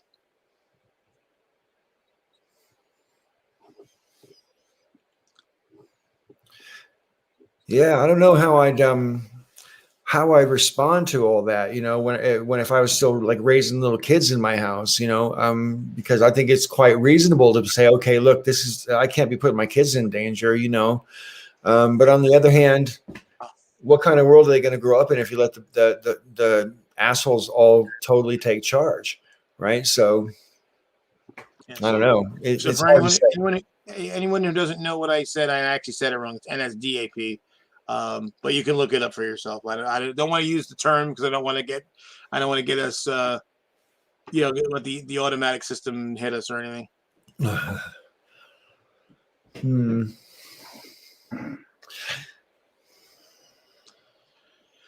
Yeah, it's a scary time. You know, it's kind of weird feeling wistful about the 80s. Kazoom, do you pay much attention to these boogaloo people these days? Not really, because I mean they keep changing the date over and over and over again. So yeah, right. I mean, the good part is that they don't seem to be all that smart or well organized. Yeah. And I'm kind of suspicious of the organization that does exist. I mean, I know the Oath Keepers as an organization are being prosecuted for something in connection with January 6th. And, you know, a disturbing number of them, I think, were veterans as well. So, you know, that's kind of like hard to look at in the face. And there was a story that came out this week I saw in the news about this guy who was a Capitol Police officer who was basically telling some of his friends on Facebook to delete their pictures from January 6th because they're going to get caught. And of course, that's obstruction of justice. So he's been arrested for that. And it blows my mind that someone who's a Capitol Police officer who was there that day could still be sympathetic with the rioters and their goals. And some of those that work forces, the same that burn. Well, damn right. And we saw the videos on the day of some of them just letting the people go through. So there were some people, I'm not sure if those people were just figuring, oh, well, they're going to get through anyway, so we might as well let them through or whatever, so we don't get trampled, or what the hell they were thinking. I don't know, but they seem to be quite acquiescent, if you ask me. I'm sure it would require an investigation, but collaborators. I mean, yeah. It really makes you think, you know. And I started because Vegas started watching B5. I mentioned that last week, and so I was watching along, and you just refresh my memory and just really kind of hit home to today. You know, when I'm seeing, you know, they have these little like paramilitary groups and subgroups, and then collaborators within the military, within the police apparatus, Like the home guard and stuff. right? Right. Because that's basically what they are with all these fucking guys. You know, the oath keepers and all that. That's the home guard. Yeah, that's right. It's a good analogy of what they are anyway, because, you know, any sort of paramilitary group that decides that they're working for some sort of political ideology, you know, I had a kind of like a terrorist group, isn't it? yeah. I had a long-term friend out in California who's works for the sheriff's department out there. He used to work for the sheriff's department, and you know, diehard cop. He was, you know, gay guy, but I mean, he was still a diehard cop. And he had posted something to his Facebook page that was part of a police newsletter. There was like an internal kind of a newsletter that all the police officers got, and in the newsletter there were all these advertisements for like T-shirts, and a lot of it was all white supremacist stuff. I mean, it was like, you know, the Spartan stuff with some of the Latin phrases and stuff that are really big among you know, that group. A lot of the memes that are really big in that group, they're all on T-shirts. And I mean, I mentioned to him, you may not realize this, but you know, you're pushing, you're posting, you know, merchandise goods that's, you know, white supremacist. And he's like, this is a police, you know, this is a newsletter that's for the police.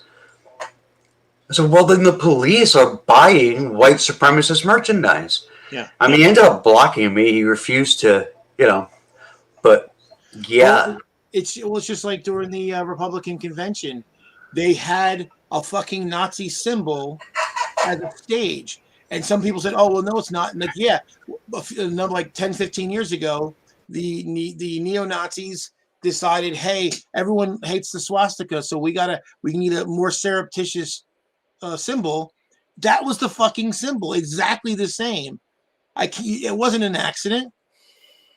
They literally threw a white supremacist neo-Nazi symbol as the shape of the stage. Yeah. There's no way it was a rune.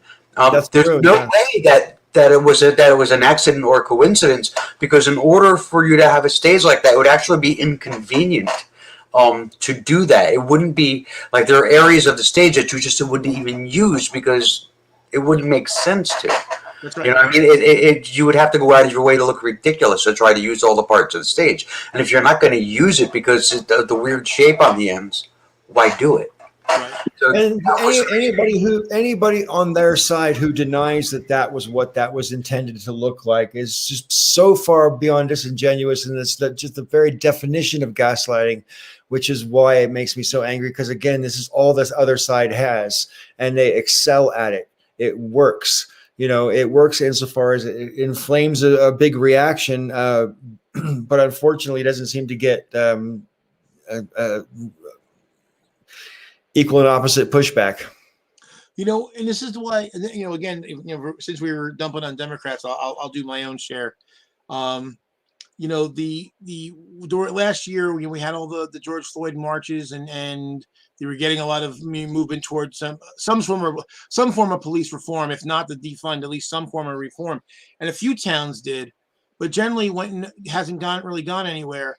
And you know what we're talking about, what Raven was just talking about with their friend, you know, and this white supremacist shit. It reinforces what I've been saying. This anyone who says bad apples, I want to punch them in the fucking face, because if the bad apples were so rare, then if their leadership didn't abide them, they wouldn't be able to exist, because as soon as they started doing shit, they would get drummed out. But their leadership knows about it and is okay with it. And we see again and again. I actually posted an article today. Somewhere in the South, there was might have been Louisiana, where there's a black cop, and he basically flat out accused his fellow cops of murdering somebody. There was somebody who died under very suspicious circumstances in police custody, and he said flat out this was a murder, and he's the one in the dock, not them. So you know, I'm not going to reiterate the whole case, but I've mentioned to you the case of Marcus Jeter, who, you know, basically had all these trumped up charges, and if it wasn't for the FOIA request by his lawyer, has the video that proved that the guy didn't do anything wrong. Everyone in the leadership in that precinct, they all saw that fucking video. They know that guy didn't do anything wrong, and they were okay standing on charges that would have had him up for 23 years. So again, none of this shit happens. It's, you know, the roots of the tree are rotten. Right.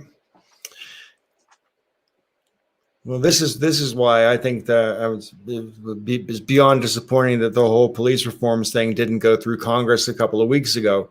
You know, it's like because it's not last summer still. You know, the heat is off, and I think if that same kind of heat never went away, maybe things would have been different. I don't know. You know, this is where, you know, and I know Jack and I have gone back and forth about, you know, legislative versus direct action. And again, I really, you know, I think we both agree, you know, now that, you know, you need both. And it kind of brings me back to where I would say the modern progressive movement, you know, the current one, kind of got ignited in Occupy Wall Street. And the sad part was that it petered out because it led to neither legislative action nor any direct action. It was a good start, but unfortunately, there's probably lots of reasons why it petered out. I think part of it was this obsession with not having leaders.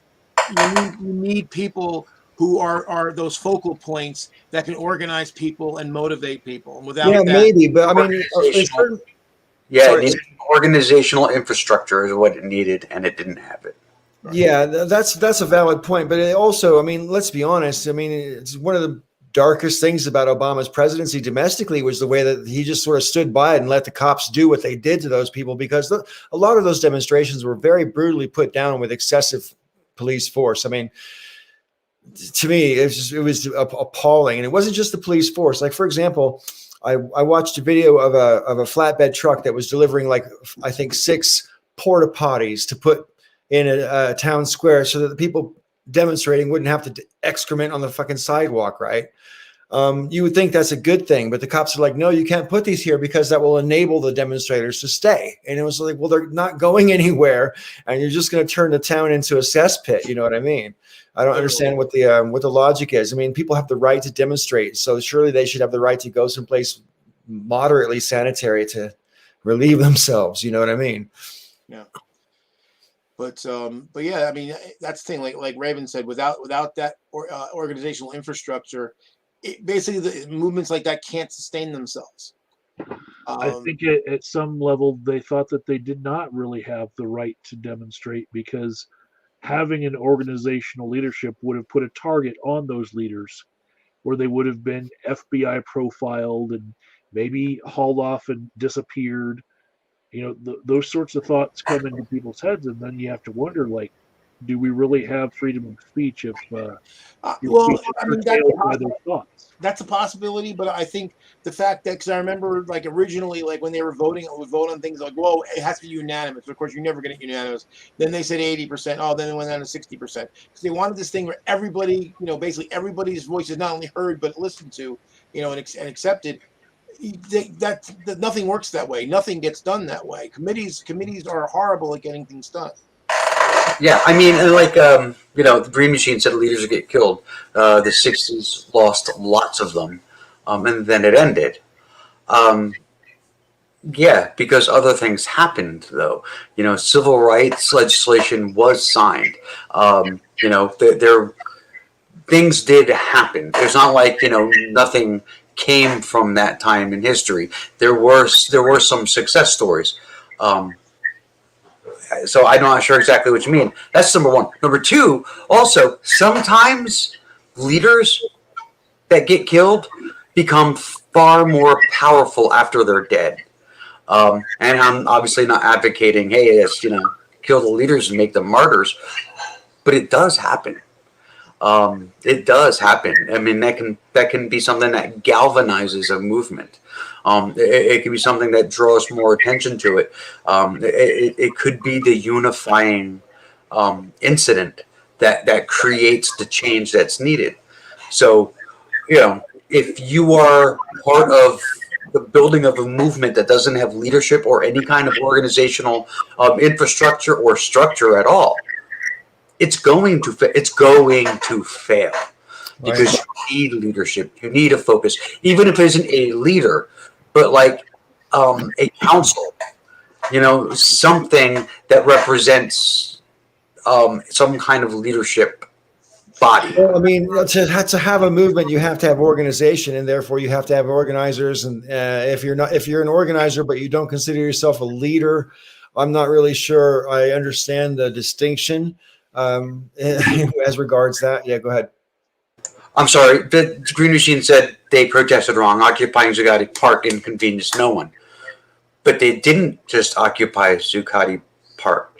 They were occupy settlements around the world. Every major city, in minor cities, in every state in the country. I had a list of at one particular point in time, I made a video that listed all the known Occupy movements. And the whole video was just the names of cities popping up. And it's to the song In the Air Tonight, Phil Collins. And it's a good 3.5-4 minute song, and it's like each city gets a couple of seconds on the screen, and I had enough to fill up the entire song. Yeah. So Mike was an Occupy activist. Well, the other thing too was, as far as Zuccotti Park goes, Zuccotti Park was occupied because it's close to the Wall Street Exchange. The New York Stock Exchange is right near there, so it was there for very symbolic reasons. I was at 3 different Occupy locations, Pueblo, Colorado Springs, and Denver. And the Pueblo location was doing it wrong because the same location that it always got used right across from the city library that's used for every protest was used for that. And they looked no different, and their numbers were tiny. The Pueblo one. Just for anybody to just kind of add into what I just said about New York Stock Exchange, it's two short blocks down and one long block over from Zuccotti Park to the New York Stock Exchange. Yeah. Now, I went to Zuccotti Park. I dropped off food at their kitchen, and for a movement that didn't have leadership, each individual protest, each individual occupation did have some kind of a leadership structure for that. Somebody had to organize the kitchens, and there was somebody in charge of communications. I know I was in contact with people in communications in Portland and Seattle, New York City, and a few of them because they were playing my videos around the country. That was pretty cool. I was proud of it. The kitchen was called the Thunderdome. That's what they called their kitchen. And Colorado Springs, like one other city, did it wrong as well. They actually got a permit to be in the park. And so that was really strange, because then a month later the permit was pulled. They found a whole bunch of reasons why they were not holding up their end of I don't know what other locations look like. I know like the kitchen in Zuccotti Park was like right in the center, and they basically took like banquet tables and they made like a giant square, and then they had all kinds of cooking equipment and stuff, portable cooking equipment on the inside of it, on the inside of that square, and that was their kitchen, and they used the tables all around and it was a pretty wild setup. And like I said, that's not something that just happens. Leadership, that's the kind of thing that leadership has to decide. Right. Like, how far is it going to be from where the bathrooms are, because they had to have porta potties brought in. Right. How far is it going to be from the porta potties? How many tables you're going to use? How much space you're going to take up? Where you're going to get the food from, because they weren't charging people for food. I mean, the whole point of it was an occupation. So I was there. One of the reasons I was there was because I was bringing food. Right, and then also there was the other time, Raven, when we did the New York YouTube Atheist meetup, and we actually walked from Chelsea down to Zuccotti Park. That's right. I forgot about that. Yeah, Yeah, so that happened. Like Christine Peace and I, we walked about halfway. She has some physical problems as well, and we looked at each other, and she's like, "You want to get a cab? Want to split a cab?" I'm like, I thought you'd never ask, and we jumped in the cab and got brought down. So we were in Philadelphia. We're walking through Philadelphia, and Joe is huffing and he's puffing and he's having a hard time. And I kept like slowing down and waiting for him. He would sit, and then I'd sit with him and we'd talk and bullshit. Then we'd get up and walk a bit more, and he'd get winded again. And he started saying, "Oh, I'm not going to be able to do this." And I said, "Motherfucker, don't you fall down because I can't pick you up." And he said, "You know what? I'm calling the cab." Then he called the cab. I was like, "Okay." I walked the rest of the way. Green Machine. If you've never seen the traffic in and around the financial district. So, go to New York City and walk around Zuccotti Park during midday when trading is open. You'll understand. That's be the best way for you to get it. And also, people weren't just sitting. If you look, Zuccotti Park is little, so people weren't just sitting there in this little encampment. They were marching up and down the streets, including all the blocks. They were going down going all the way down to the stock exchange and then going up. Because I remember when on the way back, Christine and I got another cab. And actually, you guys, I remember you and Peach and a whole bunch, and Eric and a bunch of people were marching back toward Chelsea along with a bunch of marchers. So there was a whole bunch of stuff going on. It wasn't just certain areas. They blocked in certain areas. They blocked the road and they marched to the road. Most of it, though, they kept to the sidewalk, and every now and then there were cops that were there telling everybody to get on the sidewalk. Yeah, I remember seeing some interviews with some business owners nearby the park there in New York, and they were sort of complaining that their businesses, because I guess they had dining, restaurant type businesses, they're being ruined because people didn't want to be around those types of people. Ooh, what I'm not sure if what that's supposed to mean, but that was what they were saying.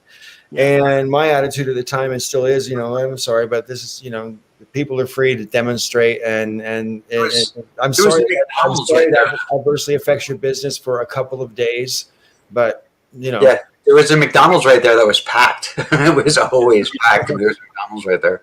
What is the name? I can't think of the name. It's a financial institution company with the bull. What's someone with the bull? Why can't I think of the name? Merrill Lynch. Merrill Lynch, I think. Merrill Lynch, yeah.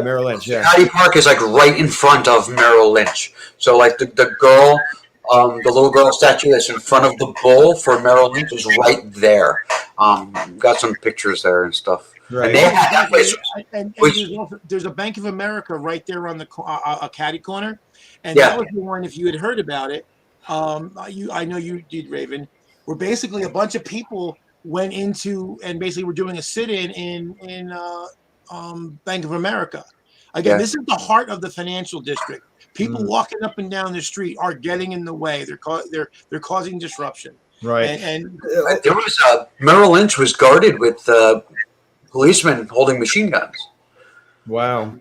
A lot of people complained at the time, I recall, about how, we shouldn't be protesting Wall Street. They should be protesting at government buildings because the government is the ones who you're supposed to be protesting to make the change. And public buildings belong to all of us. So you've got a right to protest public property, but you don't have a right to protest on private property, blah, blah, blah, blah, blah. I disagree, though, because I think philosophically part of what Occupy Wall Street was meant to be about was, the government's not in charge. These fuckers on Wall Street are the ones in charge. And so we're going to protest them because they're the ones who are pulling the strings. Isn't that part of the whole thing? The other reason why it is where it is because One World Trade Center is a half a block in the opposite direction. Let me see what's here's 4 World Trade Center is catty corner across the fucking street. So there's another reason on top of that. When the Occupy protests broke out, they were invited to Zuccotti Park. The owners of Zuccotti Park would not evict them. And that was a very big news point in the day. Yeah. That was the reason why the police couldn't go in there and swarm them, because it was private property. That's a private park. Right. But you're literally talking about you're sandwiched in between the stock exchange and One World Trade Center. So you can't get more central than that. and actually have some place to stand. Isn't that Washington Square Park is right there too? No, Washington Square Park is Midtown. And what's the one I'm thinking of down there? Liberty Park. Oh, okay, that's probably the one I am thinking of. Okay. Yeah, Liberty Park is right next to what was the original 1 and 2 World Trade. And then further up, you have, and that's the other thing too, is you're not far from, you're 1, 2, 3, 4 short blocks, because this is people, anyone who doesn't know, in New York City, the long blocks run east to west, the short blocks run north to south. A short block is less than half the size of a long block. It's about a third of the size. So three short blocks is like 1 long block. So you're only 4 short blocks from City Hall. I've heard the phrase, short blocks for my whole life, but I just thought it was a turn of phrase. I didn't actually realize it referred to a particular versus a long block. It never occurred to me that it was like contrasted with something else. I just thought it was a turn of phrase. The blocks in New York City aren't square. And now I realize, because I didn't realize it at the time, when people were marching up, going toward Uptown or toward Midtown, they were actually marching to City Hall, because it's only a few blocks away. So yeah, I mean that's like that's where it is, particularly if you're protesting the excesses of capitalism and the exploitation of people in the working class. There's no better place really on earth to be. Right. One of the things that I didn't like about the protest was there were vendors. There were scattered throughout Zuccotti Park. There were people there that were selling, their latest hippy dippy thing, just drink will help you, sleep better at night or lose weight or whatever. Or there were people that were selling a book talking about the evils of capitalism. There was all kinds of shit like that at the park. And it was just like, I think they had an issue with it, because without real leadership making real decisions, how are you going to keep them out? Right. Now, look, if the money was all going toward sustaining the protest, that would be one thing. But you're right. But you're right. The irony of selling at a protest about the exploitation of capitalism, selling a book about the evils of capitalism for profit. Yeah. Lefties fall prey to that stuff just like everybody else. The reason why I argue with people, remember, I've had these arguments with Jack about this whole, he thinks we should, rehabilitate the word socialist. I'm like, no, because almost nobody that takes the label these days is a real fucking socialist. So if you're going to rehabilitate the word, educate people what the fucking word means so that they stop labeling themselves with the shit that they I always ask people what flavor. That's really what it is. I mean, it's like the Baskin Robbins of socialism. Yeah, because if you're not arguing for the state to nationalize industry, you ain't a socialist. Not a real, not a hardcore socialist anyway. Well, or the workers owning the industry, which that would be communism. Yeah, the workers owning it. And communism. The state ownership versus state ownership versus semi-public ownership. So, I mean, in the United States, though, where the government is the people, if the state owns something, don't the people own it? That should be the case. Yes, but the difference is, like, communism is supposed to be stateless. It's impossible. It'll never actually happen because basically it's like having a movement without an organization to make it work. It's stupid. Yeah, the Green Machine just mentions co-ops. Co-ops are communist? Technically, yes. Well, hippie communes tend to be cooperatives, and I would go ahead and say that when I was an electrician, the every local for the electricians union operated like a bubble of communism within capitalism.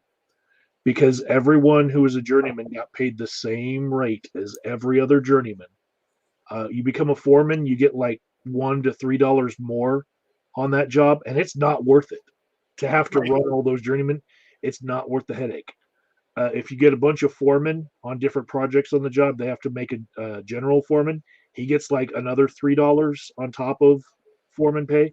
It's not worth it. It's not like CEOs where they make 100 times what somebody on the bottom of the totem pole is making. They really keep it to where like there isn't that much difference in everyone's pay. And until that basic issue with stratification of pay is addressed within the whole of society, we're never going to be able to solve some of these problems. I mean, even as recently as like 40 years ago, in the UK, if you were like the president of a bank, you only made like it wasn't even like 5 times more than someone who was a bank teller, where now they make like 25 times more. You know what I mean? And in the U.S., it's anywhere between 250 to 3,000 times more. Well, yeah, I was going to say, it depends on what the job is, right? But I mean, it scares me to think what the CEO of Disney makes nowadays, because 30 years ago he was making $12 million a year, and when you're making $12 million a year, you're making hundreds of dollars every time you take a breath. You know what I mean? It's ridiculous. Well, the thing that really gets me, and I've said this before, is the golden parachute bullshit, where you go in, you're CEO of a company or someone high up the food chain, and you go in and you fuck up, and so you're getting fired because you fucked up, and then they have to pay you millions of dollars in severance because that was in your contract. And I'm like, and I've had people tell me this over and over again. Oh, well, the only way to attract the best people is to promise them a lot of money if they fail. I'm like, the best people aren't worried about what you're going to pay them if they fail, because one, they don't expect to fail. Yeah, I don't really buy that whole best people argument. No. In the UK, when they privatized all the nationalized industries, they privatized the gas, the electric, and the water. Later, when I first got there, they were in the middle of privatizing the phones. And after I got there, they privatized the railways. And in every case, it's pretty much the same people running the show in the companies, but they're making lots more money and scooping away the profits without reinvesting the money. And so it goes on. So the prices go up. The service goes down or doesn't get any better, and they make more money doing exactly the same job. It's a scandal. This is why which is why all the major industries should be publicly owned, because you can take the profit motive completely out of the equation. Now that's actual socialism. Paul, without naming Jeffrey Bezos, I did hear something that would really piss you off this week, and it's months old tweet from a guy named Dan Price. He's a journalist in Seattle. He's a CEO in Seattle, where he pays all of his workers a living wage. Raven knows who this guy is.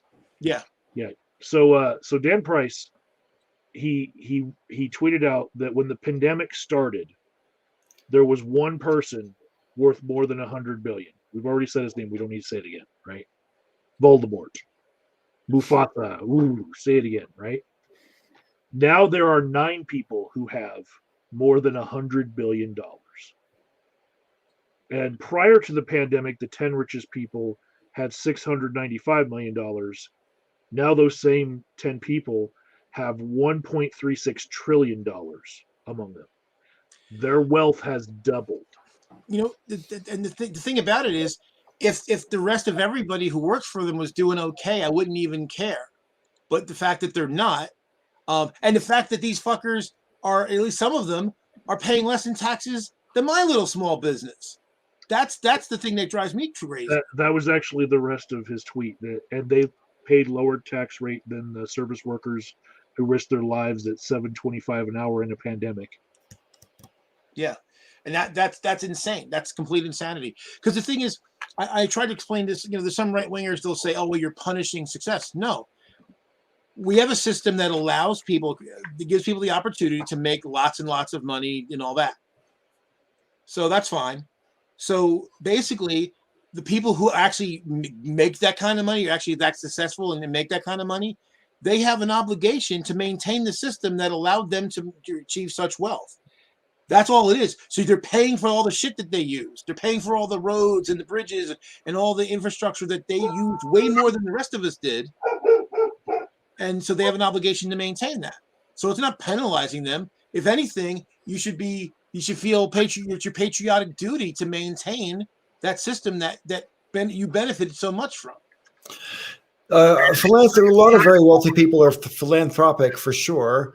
But when you get to a certain level of mega wealth, like the 9 people that Michael was talking about that have eclipsed the 100 billion mark, there's no level of philanthropy which can make up for the amount of obscene wealth that you've acquired. I'm not really sure I know what the solution to it is, though. Well, like I said, though, yes, I've said it many times before, raising the minimum wage substantially and raising the top few levels of tax rates substantially. We know this. There was. I mean, I think it was a French invention. I could be wrong, but I think it was from France. A guillotine. That's why they're all going to space now, because guillotines require gravity. Yeah.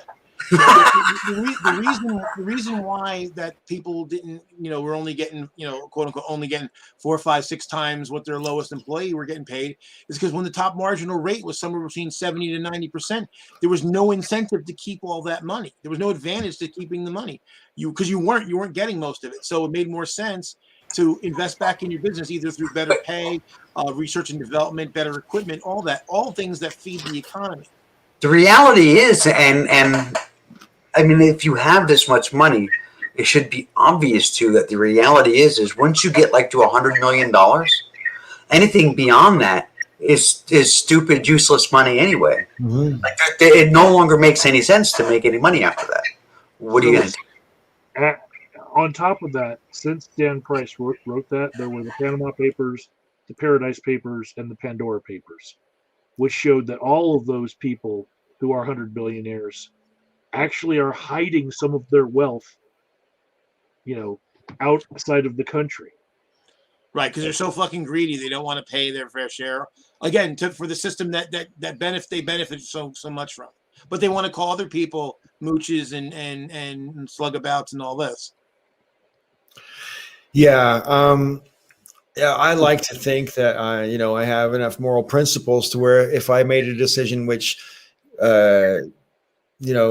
cost me an extra $100 million, I would have to do that because that's what was right. But these people, I think, make the opposite calculation. They're like, oh, I can save $100 million by going along with this Trump tax cut. Okay, I'll go along with the Trump tax cut then, because like the Koch brothers at the time, because there was both alive back then.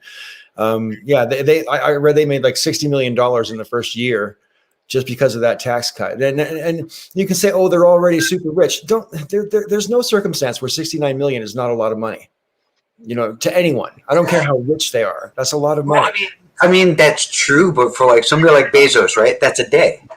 Right? Yeah, that's still he'd rather have it than not. He's not going to turn. Right. I get that, but I don't get it. But like, you're right. I agree with you. You're absolutely correct. It doesn't make sense that it's correct, because if he didn't get it, he wouldn't miss it. Right. He has so much money that it doesn't make a difference. It only makes a difference in his head. That reminds me of something I saw Arnold Schwarzenegger say way back in the middle of the 90s on the Oprah Winfrey show. He said this with, imagine Arnold Schwarzenegger level of humility. He said, I didn't feel any richer when I had 50 million than I was when I had 40 million, and that's because you get to a point where you're liquid. You know what I mean? It doesn't matter anymore. I don't know what that number is now for these ultra rich people, but I mean, I'm sure it's way less than $1 billion. Well, that's what I'm saying. I mean, go ahead, Joe. Yeah, and that's the thing. You don't even have to have anywhere near that. I mean, if you have $5 to $10 million, really, I mean, yeah, you could go through that if you decide I've got to live in a $4 million house or some other ridiculous bullshit. Yeah.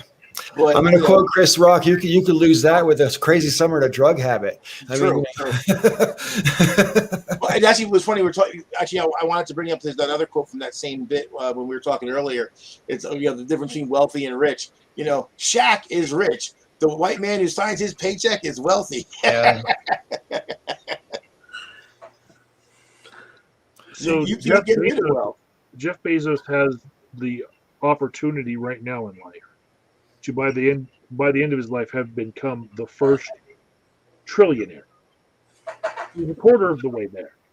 Assuming that like transhumanism becomes a thing, because he's not going to live that long, Michael. I mean, being a quarter of the way there, or not even, he's not even really a quarter of the way yet. But I mean, like, Yeah, but you got to remember the way investments work. He could very easily ramp that up in a small, 7 years. He could double that. that's terrifying. Easily, because typical investments in the market over any long period of time is about 11%. At 11%, like money this. will double every 7 I years. stand corrected. He's a fifth of the way there. He's not a quarter of the way there yet. He's a fifth of the way. Right. Well, I personally like never buy anything on Amazon specifically because I don't want him to have any of my money. But I know that's ridiculous. I know it, right? I mean, he doesn't care about my money. not one tiny iota. Well, and that's just it. And then you just reminding me of something else too. I mean, it's just like the climate change thing. The problem isn't, the average person with their old car that's a little fuel inefficient.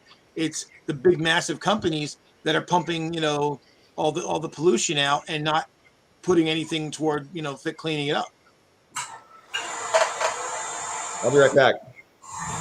I saw like 23% of greenhouse gases come from power generation, 27% come from an industry, and industry uses probably 80% of that power.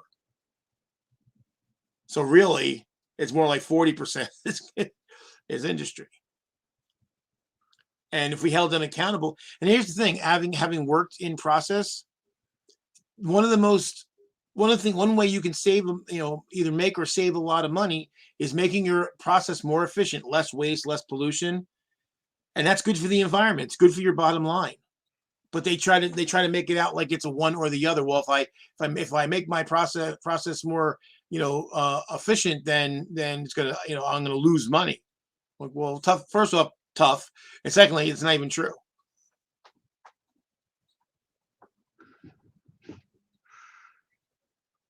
Well, they're not used to people telling them tough. Well, this is true. I blame Kazoom. You are paying attention. You're being too quiet there, Kazoom. In the background, I'm hearing some weird noises outside, so I've been trying to analyze what they are. So I wanted you to speak and show the audience you're more than just a pretty face. Let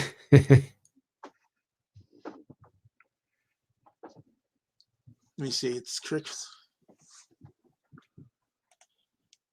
I actually don't bend over to pick up nickels anymore. I don't either. It's not worth it.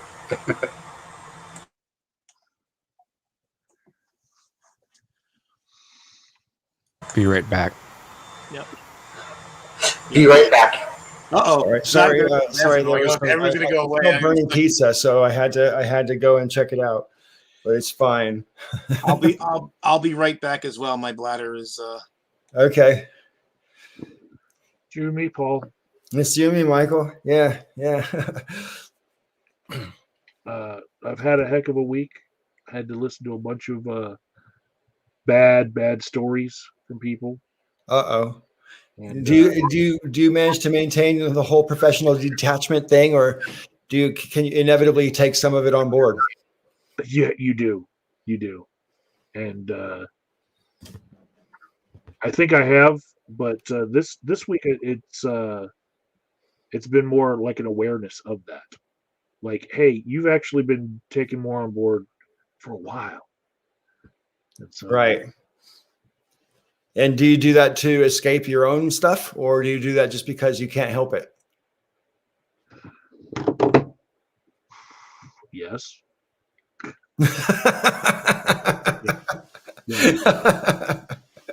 Fair enough. But just thinking about like in my own circumstance with money, and how I know a lot of people who have the same credentials as me, but are not making as much money. They're not business. They don't teach business to high schoolers. They don't teach finance to high schoolers. They don't teach it to people who are going to need business acumen later in life. So you get people who have all the training in the world, and they're still making these low wages and inflation keeps on taking off, and all of a sudden you've got people with grad school degrees who can't afford to buy a house. Whereas they bought into this what I'm going to call a lie, that if you just go get the education, the system will find you the wealth. The system will come at you with a job and snatch you up, because you did A-OK in school, and it's not right. Because Well, that might only be possible if you're really willing to be like super flexible with your living circumstances, you know. But if you want to be tied to a particular geographical area, yeah, not everything is everywhere, is it? So, certain things you can't do in certain areas. and sometimes you see the opposite of what you would assume. Like, even though it costs more to live in Denver, a job in Denver pays less in many fields, because everyone wants to live in Denver. Right. You go south like 200 miles to where there aren't the same amenities. You're never going to have the band that you like coming through the local auditorium playing. You're going to have a hard time getting the best internet connection that you're so used to. Stuff like that. If you just go south 200 miles, you can get paid twice as much, because nobody wants to live there. Right. But, Yeah. those job listings on Indeed, they go perennially unfilled, and I see them. Yeah, the job's still there if I want it. I don't. Well, this is the problem that I think. Well, I argue a lot with libertarians, as you've heard many times, is that when they argue that we shouldn't have laws against discrimination or things like that, because, well, people can just get another job. I'm like, but people don't have. If people had absolute freedom to move wherever they wanted, whenever they wanted, and they had no barriers to do so, which usually is economic barrier is the big one. Sure, yeah, because you could just go anywhere, and eventually you'd find some place you could go. But we don't live in a vacuum, and because the places that are more desirable tend to be more expensive, as far as housing and stuff like that, it means that there's a lot of people competing for those jobs that are desirable, and not too many people competing for the jobs that suck. So their notion doesn't work. Okay, so Vegas, you don't know me very well. I can definitely ride a dick into space. So. What? Yeah. The other thing is we have in previous streams, whether you must not have been president in Vegas, we've discussed specifically the fact that you don't have that much liquid money just because you're worth that much money and blah, blah, blah. It's all tied up in investments and assets and so forth. Understood, obvious, almost doesn't need to be said. So we didn't. But yeah, the thing about the thing that this actually, I'm glad you mentioned riding the dick into space, though, because I was really super annoyed on the day of the launch of Blue Origin this week, not because of the launch or anything. And I'm not like an anti-Bill Shatner person or anything like that, like Bionic Dances. But I was really pissed off because the whole morning news, not just on one channel, but on all the different channels, was nothing but Blue Origin and Will Shatner and how great it was for Captain Kirk to be going up and blah, blah, blah. And I'm kind of annoyed as well because it seems implied that William Shatner got to go on that ride for free. And I'm really uncomfortable with, like, if that is the case, that seems all kinds of wrong to me. So I'm not so sure. I think it was like just purely for like promotional reasons. I'm not, because basically the way I look at it, since it was a private venture, I mean, if that was like government money that was subsidizing him, then I would probably be more upset about it. But if Jeff Bezos wants to give a free ticket, I don't give a fuck. So you're basically admitting that you're buddies with Jeff Bezos. Okay, I get it. I get it. That colors the whole conversation. Holy straw man, Batman. I mean, the thing is that, yeah, he's using it as a promotion. So to him, it's a loss leader. It's basically, it's to kind of drum up excitement about his bullshit dick ride, you know? Well, I mean, I understand that promotion is a genuine thing, and William Shatner is like an icon and so on, and he's the oldest person ever to go in space. So there's a set of world record, and I get all that stuff, man. But I mean, I don't know. I just I just felt like it completely consumed the entire morning, and it's definitely not the most important thing happening in the world. Not even in the top 100 of most important things happening in the world. But the thing is, who I'm actually more upset about, George Takei. Why? What happened? Okay.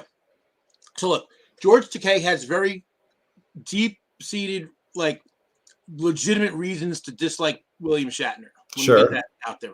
Okay. But I feel that at this point, he's made his point. He's explained why he hates Shatner. He's dumped on him a billion times.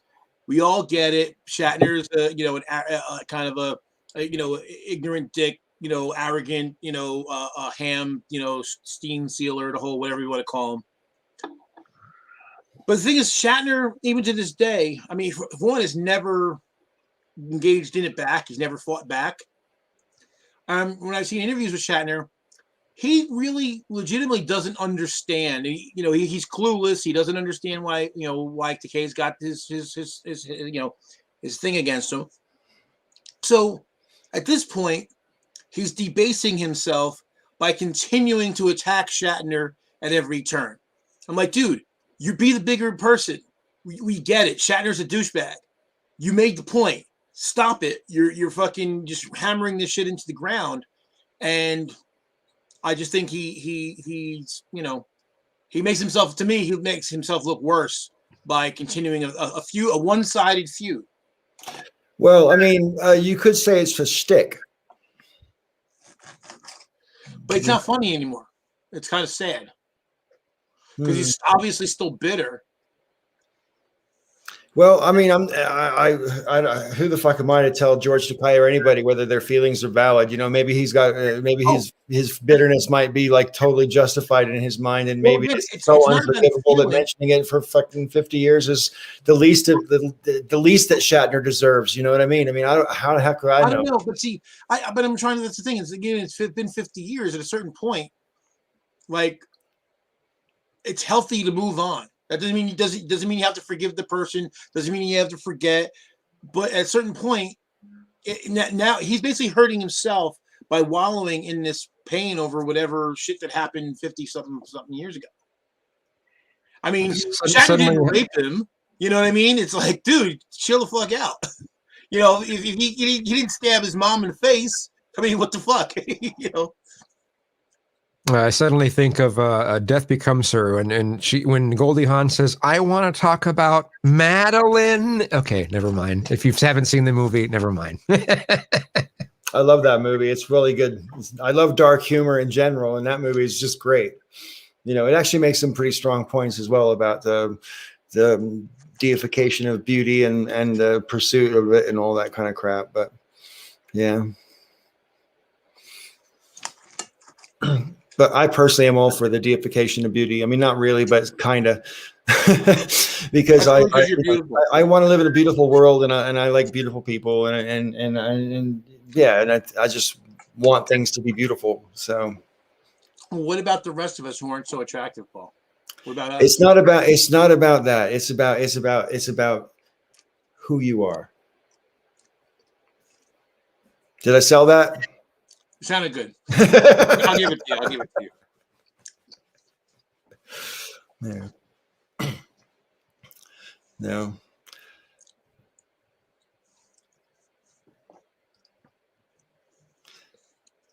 So, what is that? Your broken half link made it into the chat. What is it to?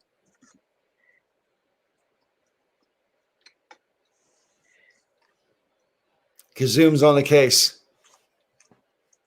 Uh-oh, I gotta get my The problem with dicks in space. With the name of the channel is The Problem with Jon Stewart. Oh yeah, because he's got that new show. I love that we had the voice of the internet telling us the title to that video. Just like we had to bring in Kazoom for that. I mean, so Jon Stewart has a new show of some sort? Yeah. Really? Oh, that's great. yeah, And that's the name of it. The problem with Jon Stewart. Okay, cool. I'll subscribe. he was retired. Then Apple said, "Really? What about these bucks?" Like, yes, I will come back for you. These bucks. Trying to do like a these nuts thing, but with money. Well, it must be really hard to turn down millions of dollars for doing something you love to do. So, Are we talking about Dave Chappelle again? no. Okay. No. Okay. I knew you were going to go there. Yeah. As soon as you started to speak, I started shaking my head. I don't know if you noticed. Don't do it, Mike. Oh, that reminds me. That was something else that pissed me off. It wasn't, we were talking before about people who defend Chappelle. Damon Wayans compared being a comedian in the current climate to fucking slavery. Like, yeah, for all those times we're tying up comedians and making them, toil in the clubs, for no pay and selling their children off and shit. Fucking, Look, I mean, Dave Chappelle or any other comedian has the right to make whatever jokes he wants to make, but you also got the right to react to them however you see fit to react to them. You know what I mean? It's as simple as that. I don't like the fact that the argument seems to be, he has the right to say these things. I mean, no one's really questioning his right to say it. It's whether it's right to say it that he's being questioned. It's not the same thing. I think a lot of people do try to obfuscate the two. Well, right. If anything, his defenders are trying to make the argument that we don't have the right to criticize him, that somehow our criticisms are infringing his free speech. Like, free speech doesn't mean free from comment. In fact, that's how free speech works. Right. I call it a multi-lane highway. You get to say what you want. I get to say what I want in response. You can respond to my response, and I can respond to your response, and everybody else gets to respond to those responses, and in reverse. It's a multi-lane highway, and you don't get to put up a barrier and say, "Oh, it's a one." There's no one-way streets. Right. And I mean, in my experience, in the digital world on the interwebs, when discussions and debate come up, you will have women say to people, "If you're not a woman, you can't really say what isn't sexist against women." We know because we're women.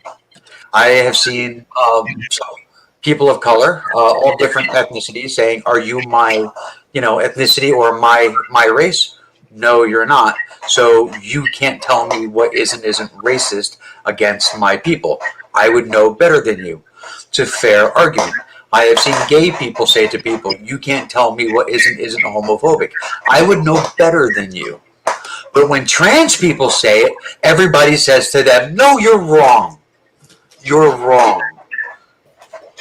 I mean, the entire discussion, even just leave Dave out of it, the entire discussion has been so toxically transphobic that trans people can't even defend themselves because just by doing so, they're being told they're racist for doing it. Yeah, you're the wrong kind of trans person, Raven. You can't defend yourself. I mean, even in Dave's jokes, he even said that there is differences in trans people too. We talk about trans women, oh, it doesn't matter about them in the bathrooms, but he would much rather have a trans man in the men's room because that would be less weird. Because they would sit on the urinal rather than standing at it, whatever that joke was. Well, Vegas points out, how much of an effect this is having. I mentioned earlier, even though my friend might be overreacting to what she's seeing on Facebook and such, it's still enough that there wasn't this problem before, and now since that special, there's now this problem that she and she doesn't know how to deal with. Now, I agree with your advice towards her, but To try to stick it out. This is, but at the same time, she didn't have to do this before. She did it wasn't required. So this really has made quite a change. This has brought a lot of transphobia out in the woodwork. And I mean, yeah, no, it has. And it's funny, is one of the women I was talking to about the whole thing yesterday said to me, Dave Chappelle has no power. You have to worry about the people that have power. You have to go after the courts and the government and the state. Dave Chappelle has no power. He's just a Hollywood comedian. He has no power. He has a platform where he reaches millions and millions of people. He influences the way they think. He is an influencer. He is actually one of the most powerful people in our society because he can reach so many people and because he can influence so many people. Yes, he's powerful. Yeah, he has no power. And I think the reason it was a black woman who said it, and I think the reason she was saying it was because he's black, he has no power. But he'll be the first one to tell you that that's bullshit. He says it at every fucking show he does. Hey, I'm rich and famous. When all the shit goes down, I'll be okay. You won't, even if you're white. Right. He said that explicitly. Yeah. And you're right. Every special, he's like, basically like, I'm not like you. Yeah. But he has no power. Bullshit. Bullshit. He has no power, yet the entire country is locked in this discussion that he started for a week now. And this is and this is why I'm tired of this, this gaslighting basically by the comedians community of like, oh, we can't talk anymore, we can't do this, we can't do that, which is horseshit. Like Bill Maher, crying foul. Like, yeah, Bill, if you had a weekly show with a global audience at which you could get your opinions out there, if only. Oh, wait a minute. I'm like, I'm sick and tired of hearing somebody who literally has a weekly show complain about how he can't talk anymore. Fuck you. Laura Ingraham tried that on her show one time, talking about how she didn't have a platform or whatever, or whatever topic she was talking about was the topic that no one would talk about, and you're spending an hour on your show in primetime television talking about it. I don't understand where the problem is. Like all the videos on YouTube saying this video was banned. Clearly not. Clearly not. In the last few days, I've had two people, one black, one white, two people in the last couple of days telling me that I shouldn't be talking about this issue because I'm not black. His target was trans people. He said, Team TERF. Gender is a fact. Transgender people is the same as blackface. He said those things. How is this a black issue? It's not at all a black issue. It doesn't even come close to being a black issue. This is a trans issue. And I can't talk about it because fuck that shit. Right. You know what it makes you think of? If you remember when once OJ got accused of the murder that he committed, and I get to a degree why in that case, but to the black community, a lot of people went out there fronting for OJ and didn't want to believe he did it. I'm like, dude, look at. I mean, I watched that trial because I was part of the time I was working in South America, and it was the only thing on TV, and the other part of the time I was unemployed and I had nothing else to do. So I watched most of the trial. Even if you take out all the suspect evidence, which there's some, there's still tons of evidence to show that he fucking did it. And so I think, the sad part is basically, I believe that the police tried to frame him and that he was also guilty. So they tried to frame a guilty man and fucked it up. But Chris Rock addressed this. He said, like, when OJ got acquitted, people were like, yeah, we win, we win. He's like, what the fuck do we win? He goes, every day I go to my mailbox looking for my OJ prize, nothing. Well, I mean, you're like, what, 2 years older than me, 3 years older than me? We were old enough to remember when nobody in the black community gave a fuck about O.J. Simpson. He was an Oreo. He was black on the outside, white on the inside. Nobody gave a shit. But all of a sudden, he beat the man. All of a sudden, what? When did he become a black hero? Well, that was the thing. I mean, people used to call him Oreo J. Simpson. Yeah. Yeah. So I mean, yeah, it's just like it would be like Brian Gumble being up for murder and all of a sudden being like appealing to the black community. Like, dude, you didn't want to know from us for 40 years, 50 years. My wife actually went to college with him, by the way. Oh, yeah? Not OJ. But you know, and actually, I know Paul was joking about, and actually, I was talking literally. It wasn't just that. Okay, it was on every channel. I was in Guyana, and there was one cable company, and there was only one channel, and the station was whatever the guy who owned the cable company felt like watching. So you'd be watching something, and it would just switch over to something else. So basically, the only thing I got to watch the entire time I was in Guyana was cricket and the OJ trial. So actually, I'm one of like 5 Americans that knows the rules, or at least the bulk of the rules. Because I watched a lot of that shit. When you're bored, and you got to be really fucking bored to watch cricket, believe me. So, sorry, I can't even claim to have the exposure that the people living in America had because I was living in the UK. But even in the UK, they showed it a hell of a lot. You know, like a lot. Yeah, I believe it. I mean, the entire affair. I mean, it wasn't even just like the entire thing. It was just From overwhelming. the chase onwards. Before the chase, I mean, it was overwhelming. It was like just constant. And the chase, after the chase, it all picked up. It all picked up steam and speed and everything else. But I mean, everything did except for the chase. But it was like wall-to-wall coverage constantly anyway. I mean, because of who it was.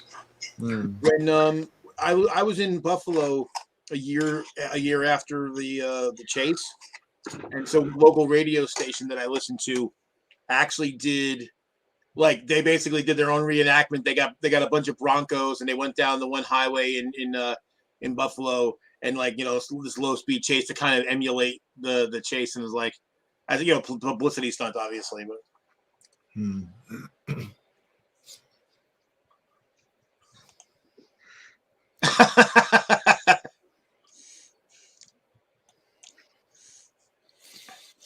Okay, well, fortunately, I don't ban people, but those are fighting words. those are fighting words. That's funny. Yeah, that's why I don't like reboots in general, and I have a lot of misgivings about the Babylon 5 one. Well, I haven't really looked too deeply into this reboot thing that they're talking about, but the idea of it is kind of daunting to me. I don't know, man. I have mixed feelings about it. Because on the one hand, if Straczynski has anything to do with it, then who the fuck is anyone to complain about it? It's like George Lucas making the prequels himself. It's like, well, he did it himself. You know what I mean? It was his thing to do. But yeah.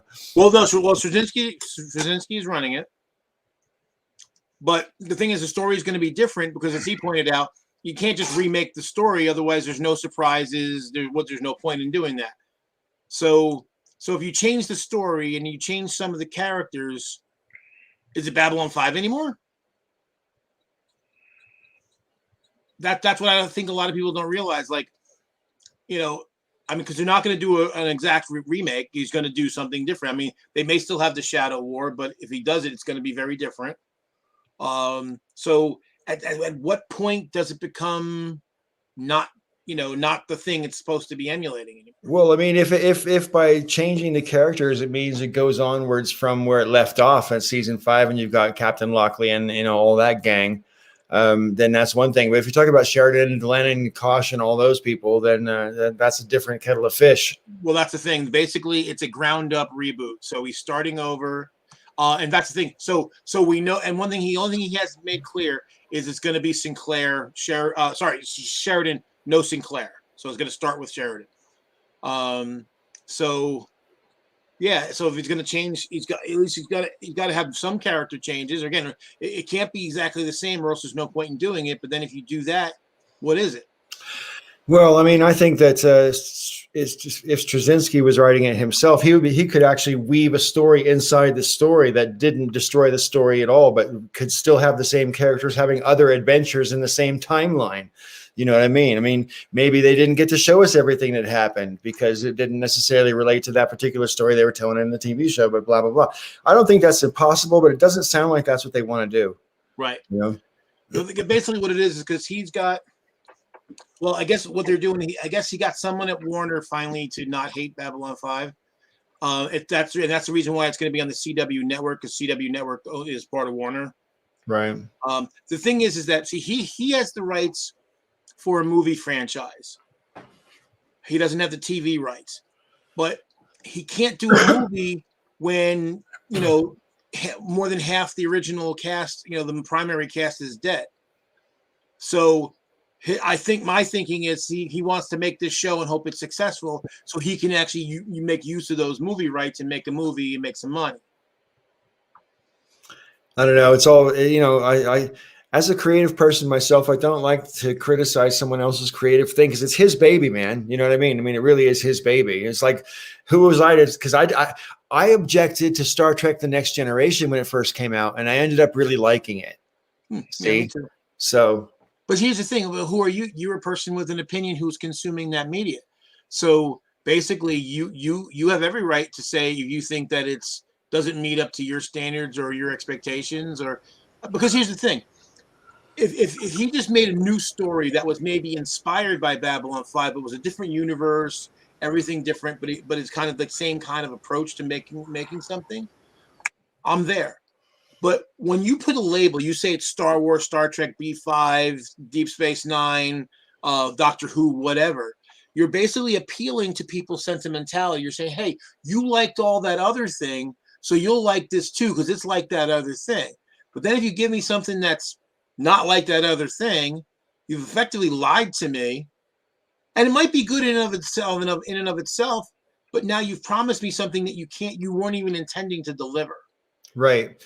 So yeah, I'm dubious about it, but I will reserve judgment until I see the product. Sure. I recently restarted watching my Babylon 5 DVD set that I got a couple weeks ago now. And I didn't watch any while I was in St. Louis, but I got back and I'm on like episode 12 of season 2. So it's all quite exciting. You know, it's a really good part of the story for sure. And but you actually got ahead of me because I'm up to episode 2 of season 2. Oh right, yeah, that's one of the best episodes in the series.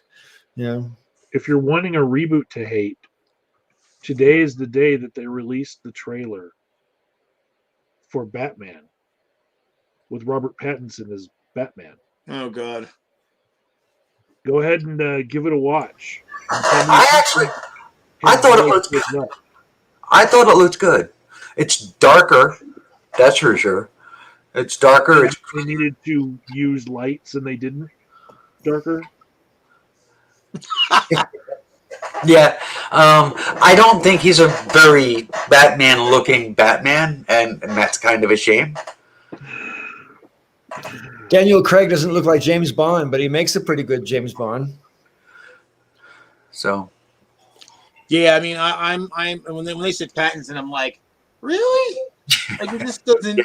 Like Hansel. You got that one. Oh yeah.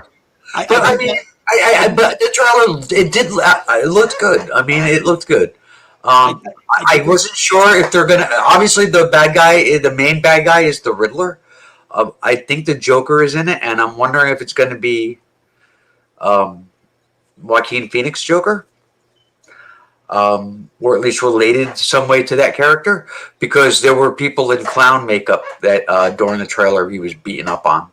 So even though they didn't actually show the Joker or say the Joker, they did show people dressed up as clowns. The way to answer that question, the shortest way to answer that question is it made by the same company? If it's made by the same company, then it might have a chance of being. Yeah, it's DC, but unfortunately the DC universe is a mess.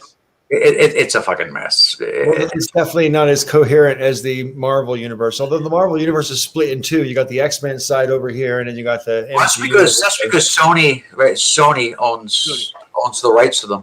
But like the actual Marvel Studios MCU stuff is all very well tied together. I agree. It's a masterpiece, if you ask me. To be honest, I mean, yeah, the entire universe. When you look at it, like overall, whether or not you like individual movies or not, like some of the movies I thought were absolutely excellent movies, some of the best in storytelling, and a couple of them were absolutely awful.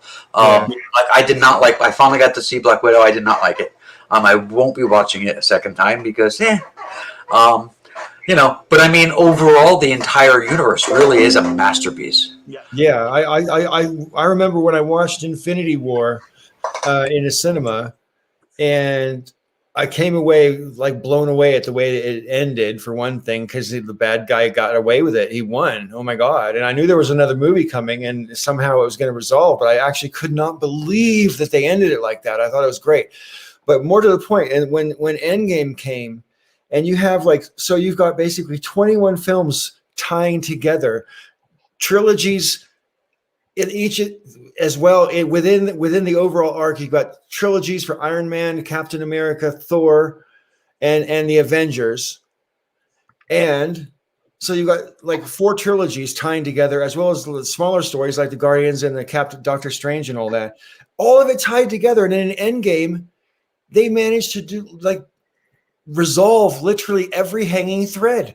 I couldn't believe. I mean, Endgame is a masterpiece of script writing, because they went through and made sure that they tied everything up in a way that I didn't think was possible. George Lucas never achieved that kind of closure in any of the Star Wars movies. No. Well, that was to me like, and I've seen some criticisms of Endgame, because basically, you really have to look at Endgame as part 2 of you had Infinity War, that's part 1, and Endgame is part 2. So they were talking about characters. There wasn't as much character development. I'm like, well, because if you don't know who the fuck these people are at this point, that's your fault. Right. and as it was only a 3-hour movie, because there were so many things they had to do. Like you said, they had all these threads to tie up. But we didn't have time. At the beginning of Endgame, all the characters were dead. Right. I made the point, there was this guy who he had set out to make a video of why he thought Ultron was not as good as the first Avengers movie, and then he ended up, while making it, he changed his mind, and one of his reasons is that he felt that Ultron did a much better job of fleshing out the characters and all that. And I said, right, but see, you're missing the point. In the movie The Avengers, the main character was the Avengers. It wasn't a story about the individuals. It was a story about the group, putting the group together. That was the story. The characters were almost inconsequential. In the second movie, now you can't do that again. You've already put the group together. Now you have to talk about the people in the group. Yeah. Now Kazoom has been put on blast. Right, because I want to make a point about this. Kazoom, what about The Watchmen?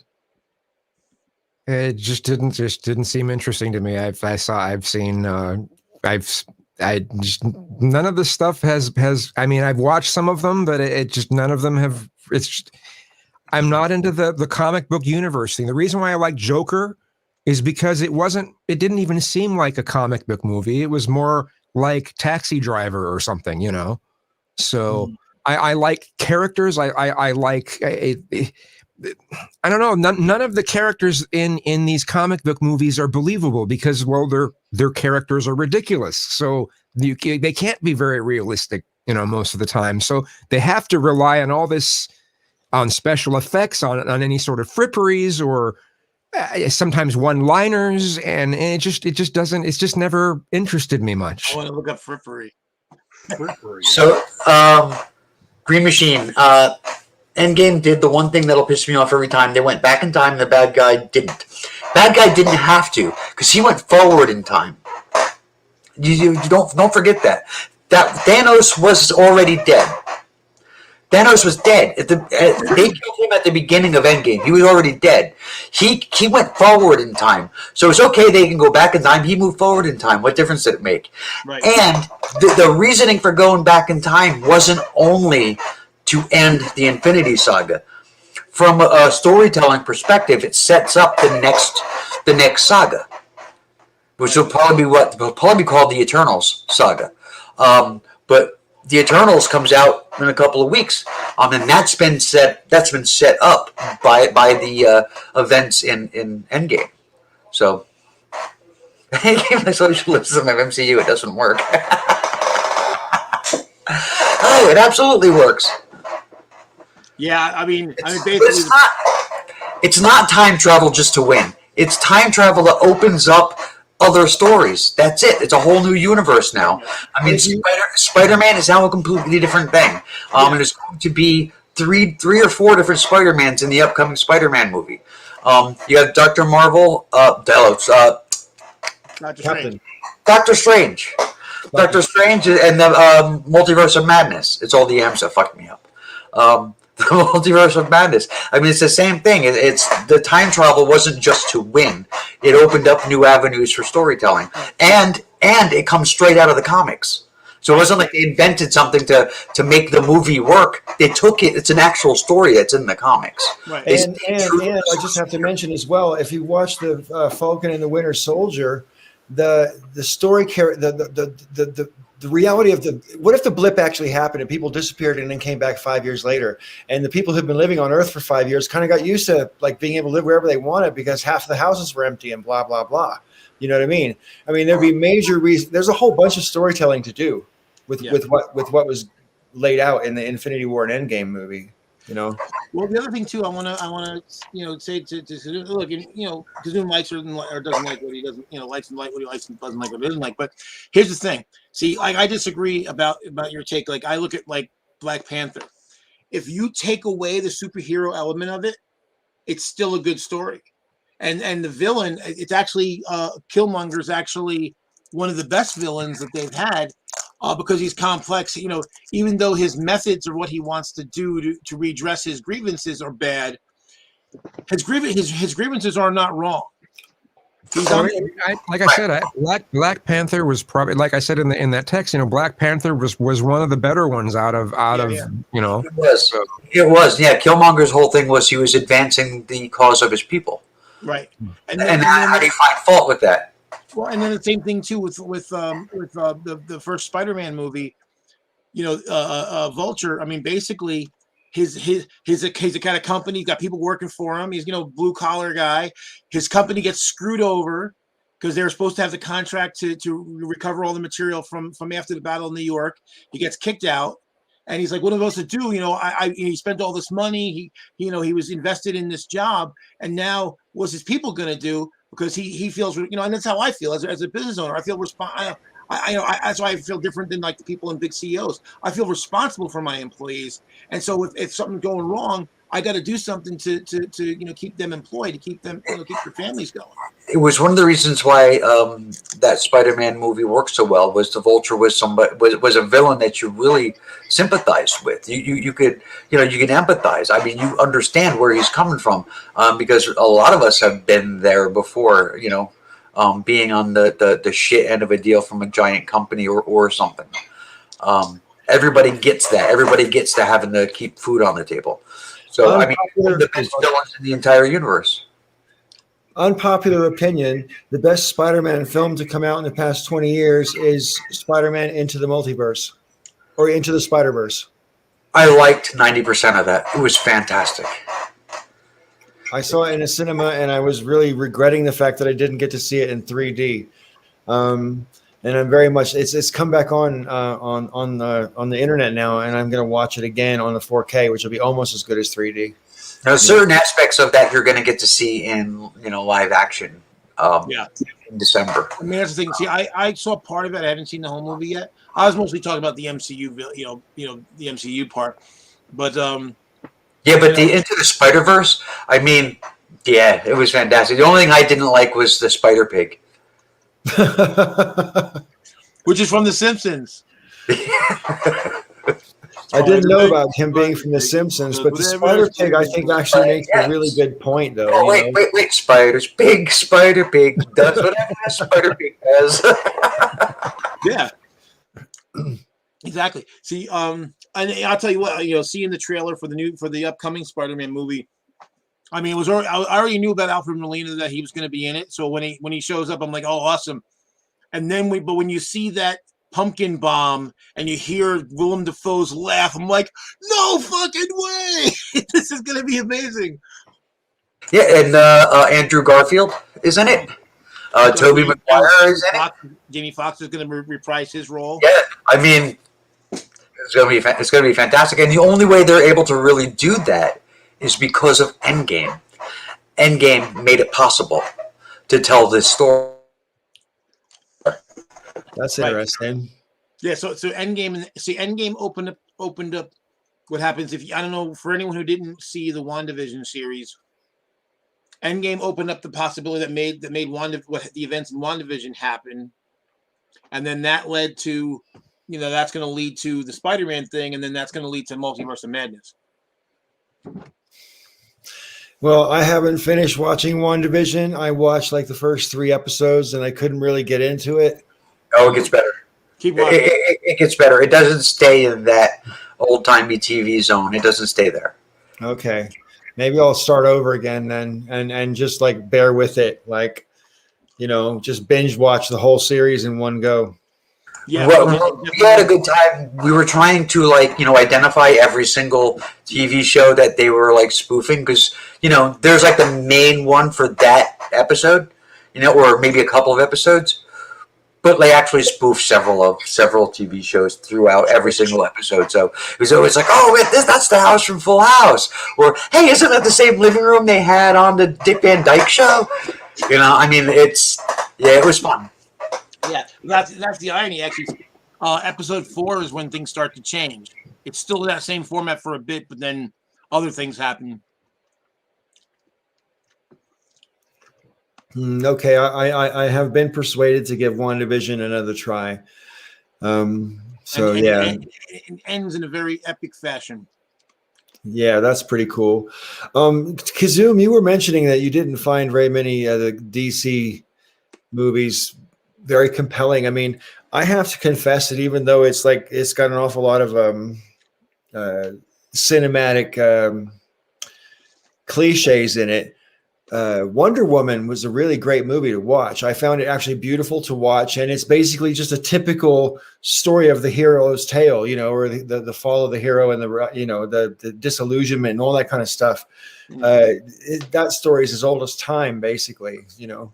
Well, I mean, some of my issue is also just with what's happened to filmmaking in general. There's every job is broken apart in such a way where nobody has any artistic ability it's all refined. Every part is refined. So what you're watching it seems more like almost as if you're watching a video game versus watching a movie. It's just everything is so there's nothing setting it visually and cinematically apart from anything else. You can't even tell the difference between directors anymore.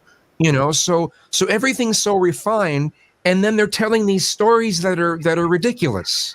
So I don't know. Just they're comic book stories. They're supposed to be ridiculous. I know that, but I can't feel for those kind of characters. It ain't driving Miss Daisy. That's funny. Well, I wanted to say like to Kazoom, kind of I agree with some of it. Like, I think video games are more like movies than they used to be. Also, I think just the two things have gotten a lot closer together than they used to be. That's true. So there's that, and I think there's a couple of reasons for that. One is the technology used in making the games, and another is because of the closer they get, the easier it is to do cross merchandising. And so that's a marketing thing. Movies have always kind of been commercials for the merchandise, and now it's even more so than ever before. And another thing is, it took a long time for me to get used to it, but like the action that's used in a lot of modern movies, it's hard on the eyes. I've gotten used to it. First time I watched Man of Steel, I was really upset with it because I couldn't follow the story because everything was a blur. And it's like you have to learn how to watch the movie in order to get anything out of it. Because after a couple of times seeing it, it was just like, oh, okay, I get this now, because you have to learn how to watch it, because everything, if you don't, everything is just. Well, although one thing I've noticed too is that movies have started to learn to do that, to handle that a little better. Because I remember where it really first started to bother me was Attack of the Clones. The end battle, there's things that are going by that are so fast that it's literally impossible. And I usually sit further back on action films to give myself a better field of view so I can capture everything. It was impossible. And I remember I don't ever get motion sickness. And I was starting to get motion sickness because there were so many elements going by, and it was so hard for my eyes to track everything. I actually had to close my eyes for a second just to kind of reset my brain. And I'm like, well, what's the point of putting all this shit on the screen if I can't fucking see it? Okay. I just want to. I agree. I want to reference what Kazum said a minute ago, though. I've been waiting to say. You know what you're saying about how everything's like overly refined and compartmentalized and everything. I mean, you wait till the next Avatar movies come out, right? Because they've made. I think they're making Avatars 2, 3, and 4 like simultaneously in the same way that they made Lord of the Rings simultaneously, right? And I think, if memory serves me right, they budgeted for $225 million. I think, which is like a lot of money. Well, I'm looking forward to those just to see. I want to see 60 frames per second, or it might be even more than 60 frames per second. You might be going for like 240 or something with 3D in a theater, and that makes me curious to see it just for the technical marvel of it. Well, the original Avatar movie, I felt that way about as well. I mean, I hadn't seen a 3D movie since Captain EO at Disneyland, so that was the only 3D movie I'd ever seen before. And Avatar blows that away, of course, by a factor. And I found Avatar boring. Well, okay. I mean, Avatar is as predictable as the sunrise. Okay, that story is another one that's as old as time. It's the white savior. Is what it is. Avatar was the white savior story. But I mean, visually, I thought it was amazing visually. I mean, that was kind of, at this point now, it's kind of boring and old hat and nothing interesting about it. But when it first came out, that was pretty like holy shit stuff. I don't know. I still marvel at it when I watch it. I'm a sucker for rewatching that movie, actually. But some movies I just find overly rewatchable. Like I'm one of those people that can watch the same movie like 50 times and not hate it. Like Trading Places, for example. I don't even know how. It scares me to think how many times I've watched that movie. Trading Places, Independence Day. This is Spinal Tap. Spinal Tap. Close Encounters of the Third Kind, Death Becomes Her, Blade Runner. Oh my God, Blade Runner. Yeah. All the Marvel movies, The Breakfast Club. Yeah. Paul, putting the Avatar budget in context. Say again? Putting the Avatar movie budget in context. Jeff Bezos could make 880 of them. Wow. He has too much money. He needs to hire me so I can handle his finances for him. Oh, two other movies like that. Actually, 3 other movies like that. Better Off Dead, One Crazy Summer, and A Christmas Story. Christmas Story. If I ever watch A Christmas Story again, I might hurt somebody. What's the problem with A Christmas Story? They beat the shit out of it on television, the networks. That's it. The movie is. Yeah, there's one channel that actually kind of a staple hours a day at this point. Yeah, I forget what channel it is, but they do 24 hours straight of just. There was a cartoon. I don't know where I saw it. There was like a little cartoon, and it was Ralphie, right from that movie, and it was a woman with like really big pointy tits, and it was just and he was standing there, and his glasses were broken.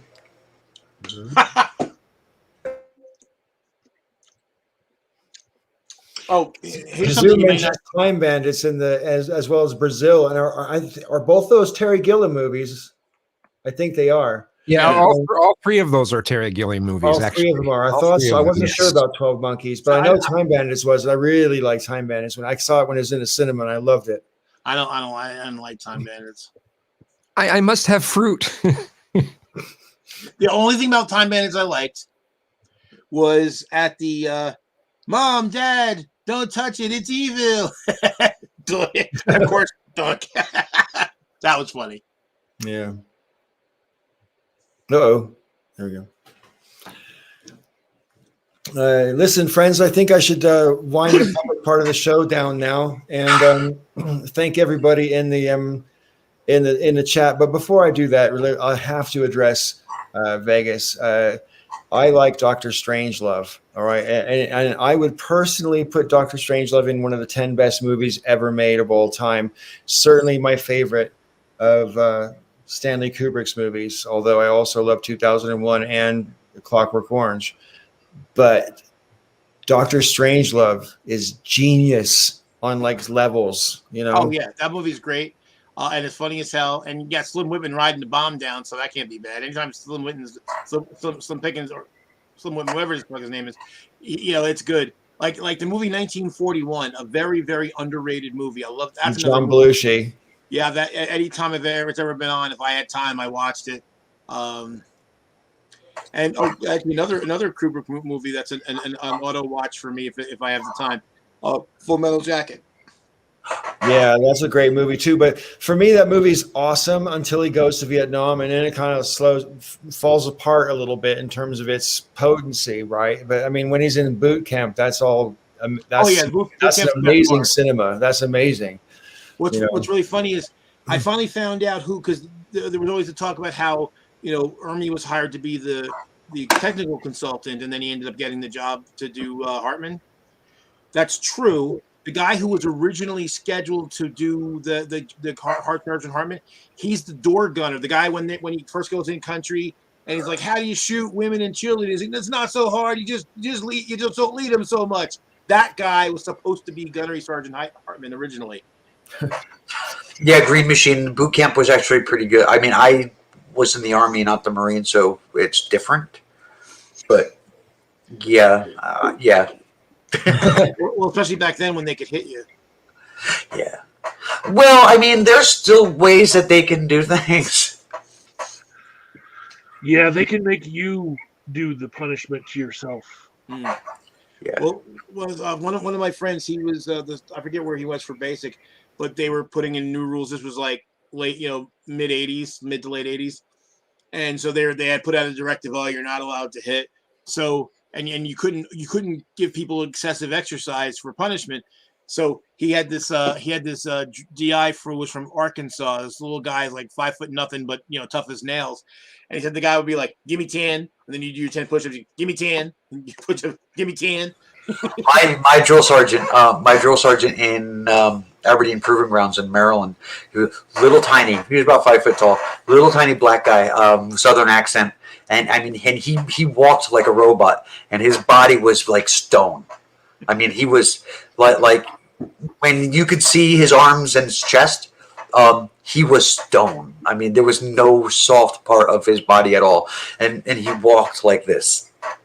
And he was just little tiny, and he talked like, and he would like drop people for 10 because that's what they could do, drop you for 10, right. over and over. Yes, exact same thing.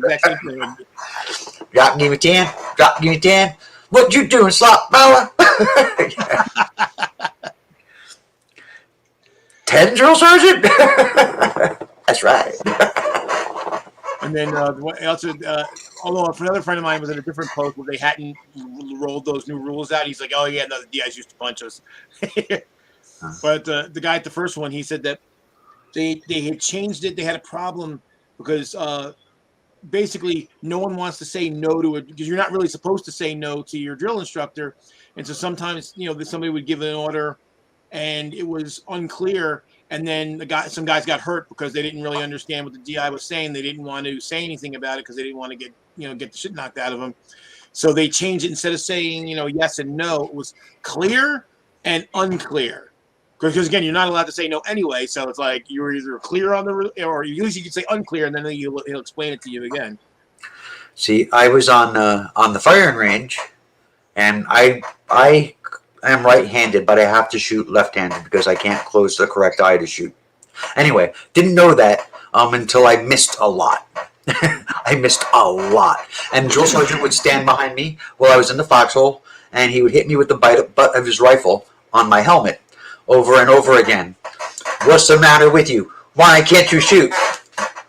I'm going. When my ears are ringing. Remember, Raven can't use the bathroom. So they send you to I don't remember what they called it. Basically shooting school. And while I was there, the instructor said, "Why don't you switch hands?" And then I was hitting everything. So I'm righty, but I have to shoot left-handed. Wow. Okay, friends, I think let's wave goodbye to the people in the comment section, and we'll continue our conversation afterwards. All right. See you later, y'all. And thanks for joining us. We'll see you next week again on the